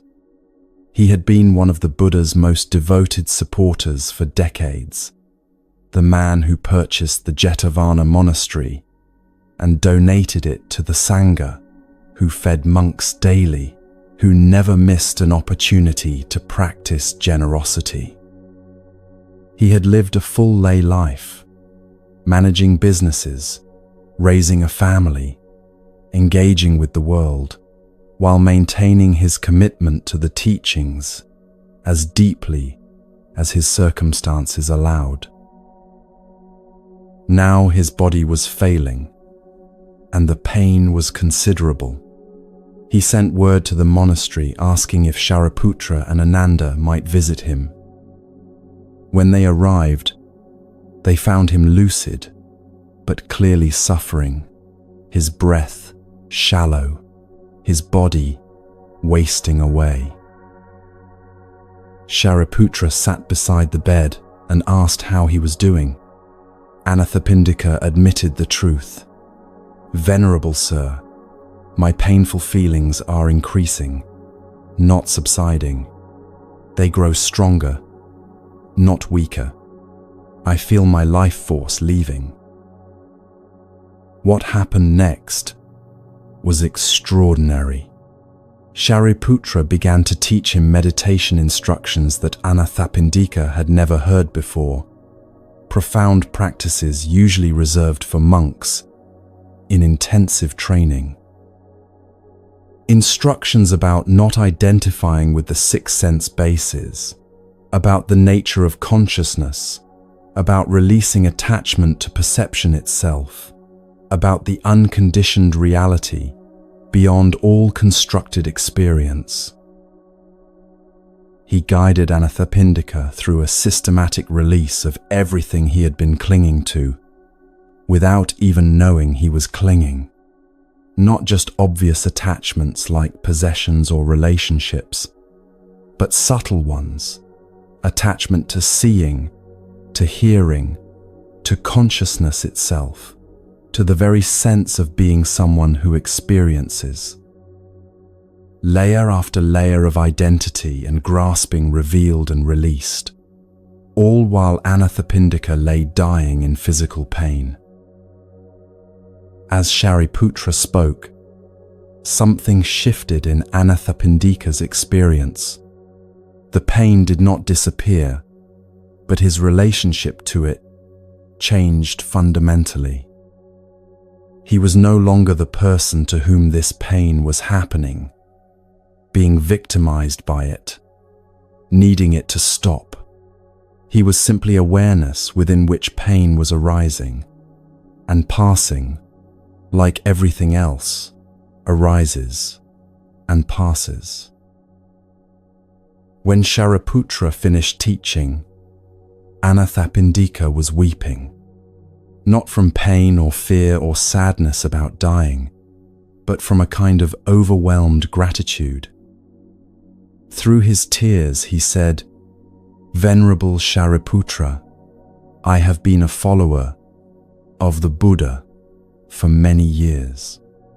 I have listened to countless teachings, supported the Sangha in every way I could, practiced as fully as a householder can practice. But never, in all that time, have I heard a teaching as profound and liberating as what you just shared.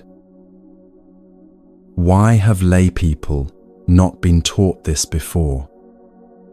Shariputra replied gently, "Householder, such deep teachings are not usually given to lay people dressed in white.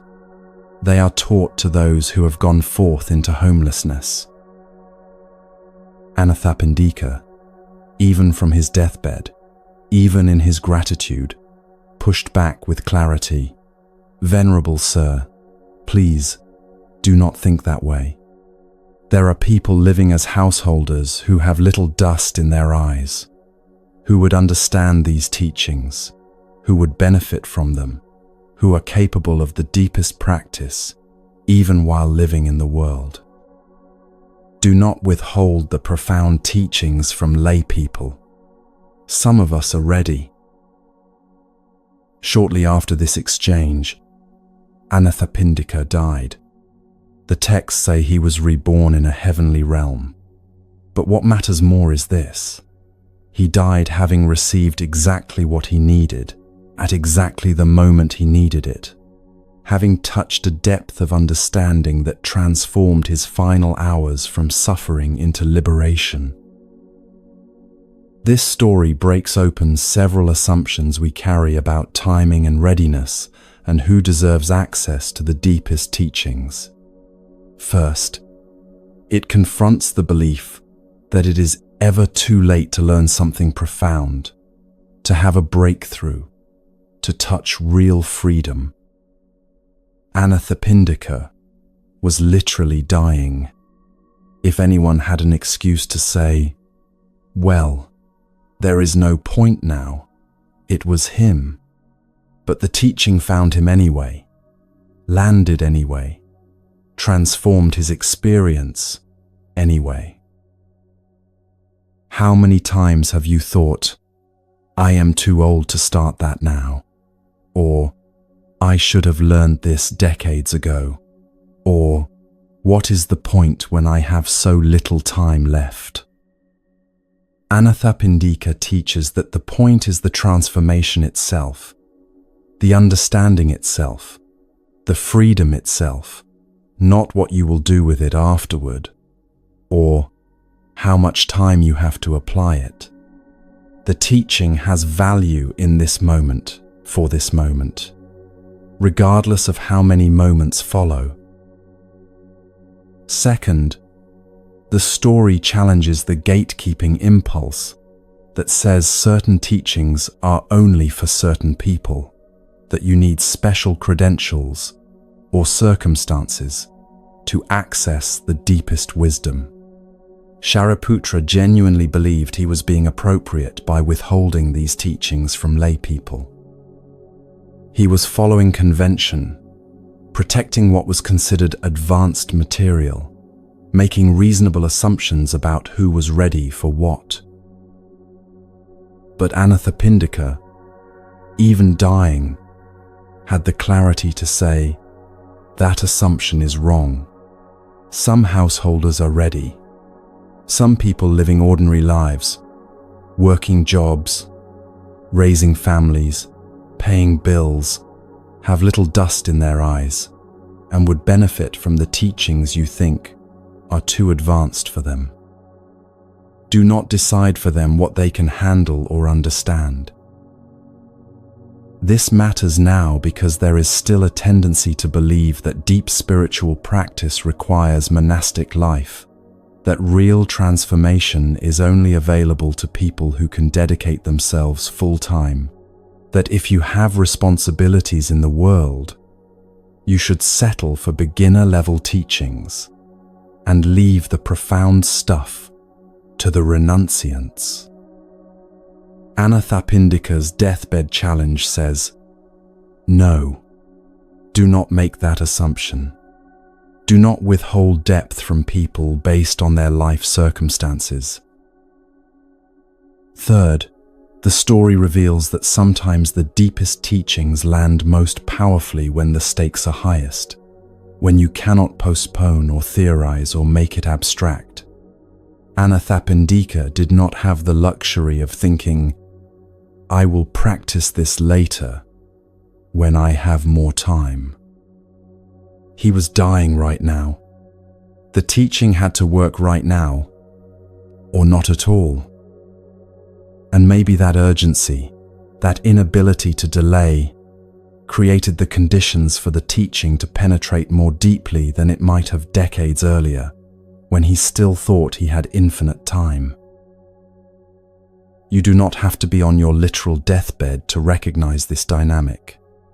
Any crisis, any breakdown, any moment when your usual strategies stop working, creates an opening for teachings that might otherwise bounce off your defended consciousness. When you are truly suffering, when the stakes are real, when you cannot pretend anymore, that is often when you are most ready to hear what you need to hear. The teaching Shariputra gave was about releasing identification with everything you think you are.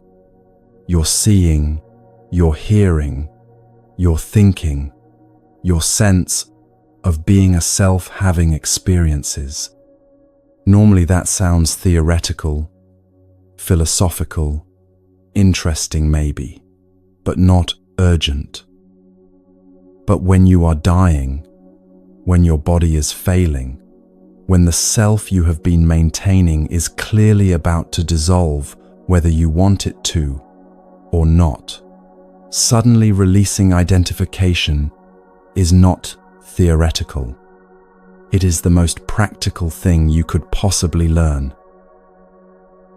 Anathapindika wept not because he was sad, but because he was grateful that such teachings existed, that such freedom was possible, that even at the very end, someone was willing to show him the deepest truth.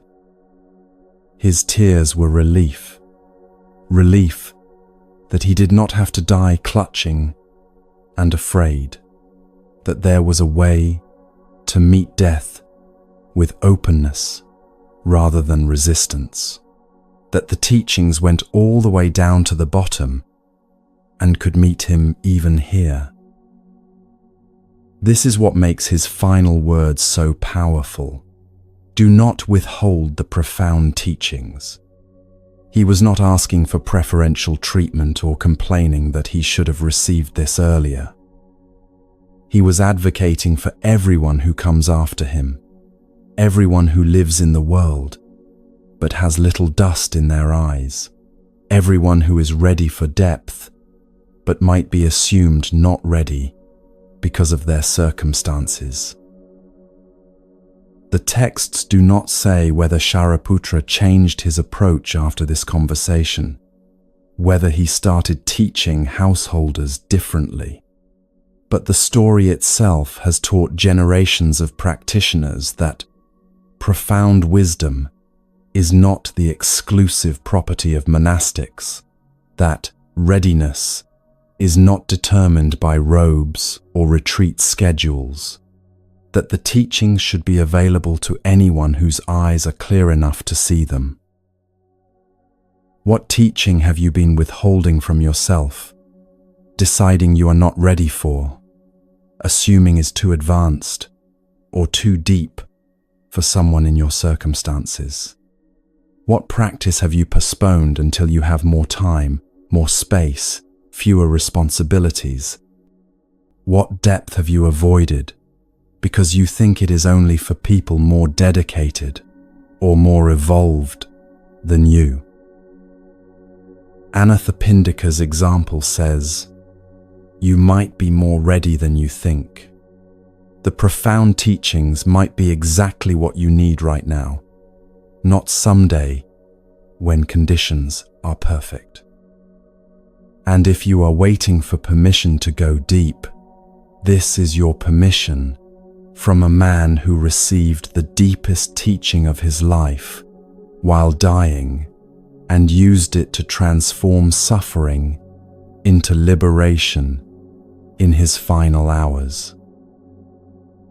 This is the 12th release, understanding that it is never too late to learn something profound, that you do not need special circumstances to access the deepest teachings, and that readiness is determined not by your life situation, but by the clarity of your seeing and the sincerity of your seeking.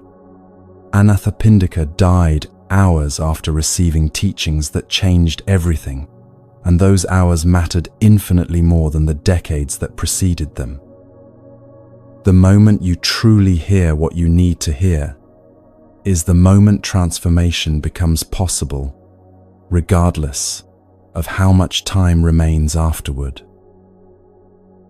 But transformation requires not just receiving wisdom, but extending it, not just being included, but remembering to include, especially those you have forgotten.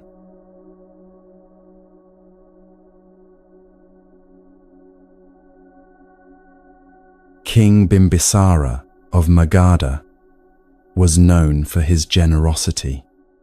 He regularly hosted large offerings to monks and wandering ascetics, feeding hundreds at a time, giving freely from the royal treasury to support spiritual practitioners. After the Buddha's enlightenment, Bimbisara became one of his earliest and most devoted lay supporters, offering the Bamboo Grove Monastery and ensuring the Sangha never lacked for food or shelter. One day, after a particularly lavish offering ceremony, Bimbisara heard something that disturbed his sleep. Wailing, terrible cries of anguish coming from somewhere beyond the palace walls. Voices filled with desperate hunger and suffering. The sounds continued night after night, keeping him awake, filling him with unease he could not shake. Finally, he went to the Buddha and described what he was hearing. "Lord, every night I hear these cries of suffering. What are they? Why do they torment me?" The Buddha explained, "Great King, those are your relatives from past lives, parents, siblings, children who have died and been reborn as pretas, hungry ghosts. They are suffering from intense hunger and thirst, unable to find relief. They see you making generous offerings and performing merit, but you have not dedicated any of that merit to them. They are crying out because they are connected to you and yet receive nothing from your generosity." Bimbisara was shaken. He had been giving generously, supporting the Sangha, accumulating merit through his offerings. But he had never thought to share that merit with beings who had died, had never considered that his deceased relatives might benefit from his good actions if he intentionally directed the benefit toward them. The Buddha taught him the practice of merit transference, of consciously dedicating the positive effects of good actions, not just to himself, but to others, including those who had died. It was simple. After performing a generous act, make the explicit intention that the merit generated flows not only to you, but to all beings who could benefit, particularly those connected to you by relationship who might be suffering. The next time Bimbisara made an offering to the Sangha, he stood afterward and spoke aloud, "May the merit of this offering extend to my relatives who have passed away, wherever they may be. May they receive benefit from this generosity. May it bring them relief and peace." That night, the wailing stopped. His relatives, receiving the dedicated merit, found relief from their suffering. The king slept peacefully for the first time in weeks, and from that day forward, he always remembered to share the merit of his generous actions with all beings, living and dead. This story appears in Buddhist cultures as the origin of a practice that continues today, the dedication of merit after any wholesome action, the conscious choice to share the benefit of good deeds, rather than hoarding them for oneself. But beneath the cultural practice and the cosmology of hungry ghosts lies something more universal, about connection, about generosity, about what it means to truly share. Bimbisara thought he was being generous because he was giving away material goods, feeding monks, supporting good works, and he was generous in that way. But his generosity was incomplete because it did not include conscious connection to those who had a claim on his care, his own relatives, the people who had loved him and whom he had loved, who were suffering while he accumulated merit he never thought to share. You do not have to believe in hungry ghosts or the mechanics of merit transfer to recognize this pattern. How often do you do good things, help people, contribute to the world, but forget to extend that care to the people closest to you? How often is your generosity selective, given to those who make you look good or feel good, while the people who actually need it most, your family, your difficult relationships, the ones you have unfinished business with, receive nothing. The Pretas crying out were not strangers. They were Bimbisara's own relatives, people he had been connected to, people whose suffering was linked to him by bonds of relationship. His failure was not a failure to be generous in general, but a failure to let his generosity extend to the uncomfortable places, to the people he would rather not think about, to connections that required more than just material giving. When you dedicate merit, when you consciously direct the benefit of your good actions toward others, you are acknowledging that nothing you do exists in isolation. Your happiness is connected to others' happiness. Your peace is entangled with others' suffering. The good you create ripples out beyond what you can see, and you have some choice about where those ripples go if you pay attention and set intention. This practice of merit dedication has become routine in many Buddhist cultures, sometimes so routine that it loses its power and becomes mere formula. People mumble the dedication verses without really feeling the intention behind them, without genuinely wishing for the benefit to reach others. But when done with sincerity, the practice cultivates something essential: the recognition that your well-being and others' well-being are not separate, that true generosity extends beyond the transactional, that care requires conscious attention to who you are including and who you might be leaving out. The Buddha's instruction to Bimbisara was not believe in hungry ghosts and perform this ritual. It was notice who you are forgetting in your generosity and bring them back into the circle of your care. The Pretas were suffering not because the merit did not exist, but because it was never consciously directed toward them. Bimbisara's relatives were forgotten, and that forgetting was its own kind of harm. Who have you forgotten in the circle of your care? What relationships have you left unfinished? What connections have you abandoned? What people are you ignoring while you direct your energy and generosity towards safer, easier recipients? The wailing in Bimbisara's story is the sound of those forgotten connections crying out for attention, for inclusion, for the extension of care that relationship demands. This does not mean you owe everyone everything, or that you must maintain toxic relationships out of obligation. It means noticing when you are being selectively generous, when you are helping strangers while ignoring family, when you are giving to people who make you feel good while neglecting people whose needs make you uncomfortable.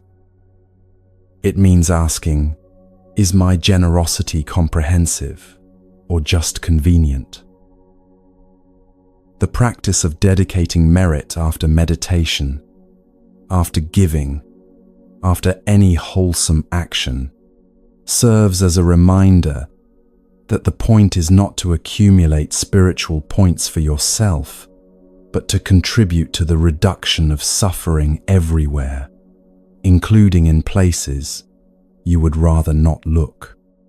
When you sit quietly and dedicate the peace you have cultivated to all beings, you are training yourself to let go of the hoarding instinct, to recognize that peace shared is not peace diminished, but peace multiplied. Bimbisara could have dismissed the Buddha's explanation. He could have said, "These are just superstitious beliefs about ghosts, not relevant to my actual life." but instead, he recognized the deeper teaching, that his generosity had been incomplete, that he had been forgetting people who deserve to be included, that true giving requires attention to who receives and why. After he began dedicating merit, the wailing stopped, not because he had magically fed hungry ghosts, but because he had repaired something in himself, the split between public generosity and private neglect, between the care he showed to impressive recipients and the care he withheld from difficult ones. His relatives, whether literal beings in another realm or metaphors for his own guilt and unfinished business, received what they needed: acknowledgement, inclusion, the extension of care into uncomfortable territory. The practice asks, when you do something good, can you genuinely wish for everyone to benefit, including people you do not like, including people you have hurt, including people who have hurt you, including people who are dead and cannot thank you or repay you?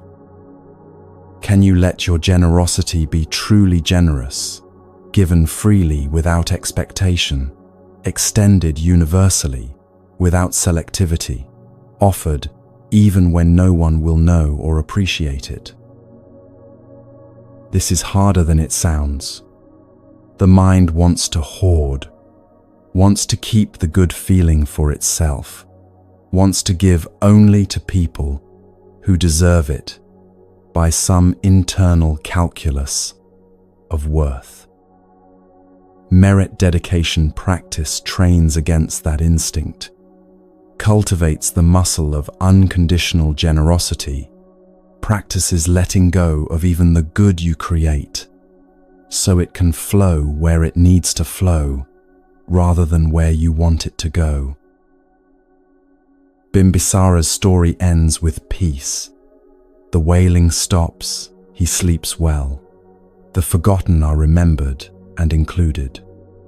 That peace came not from doing more good deeds, but from directing the good he was already doing toward everyone rather than just toward the convenient recipients.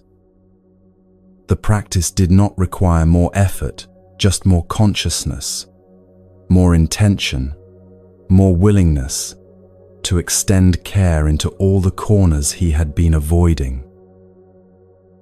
This is the 13th release, understanding that generosity is incomplete when it excludes anyone, that the benefit of your good actions can extend further than you imagine if you consciously direct it, and that true care means remembering to include even the forgotten, even the difficult, even the dead who can never repay you.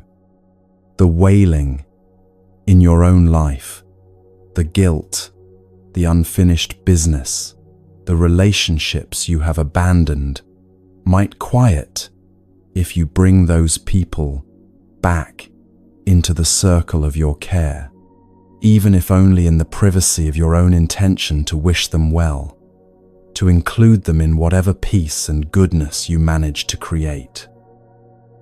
Bimbisara discovered that the generosity he thought was complete was actually leaving out the people who needed it most, and when he corrected that oversight through conscious dedication, the suffering stopped, not because merit is magic, but because inclusion heals what exclusion wounds, and remembering repairs what forgetting has broken.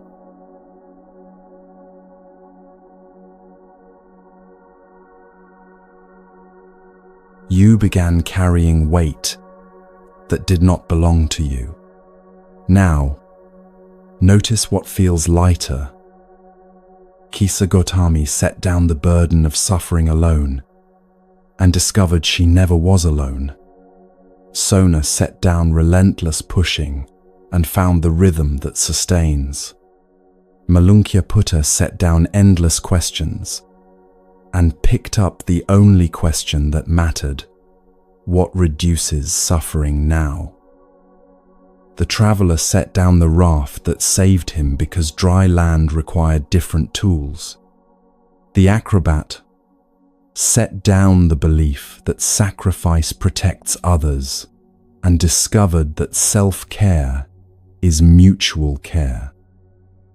Siddhartha set down the palace walls and met reality without armor. King Pasenadi set down postponement when he saw the mountains already moving. Shariputra set down the need for elaborate teachings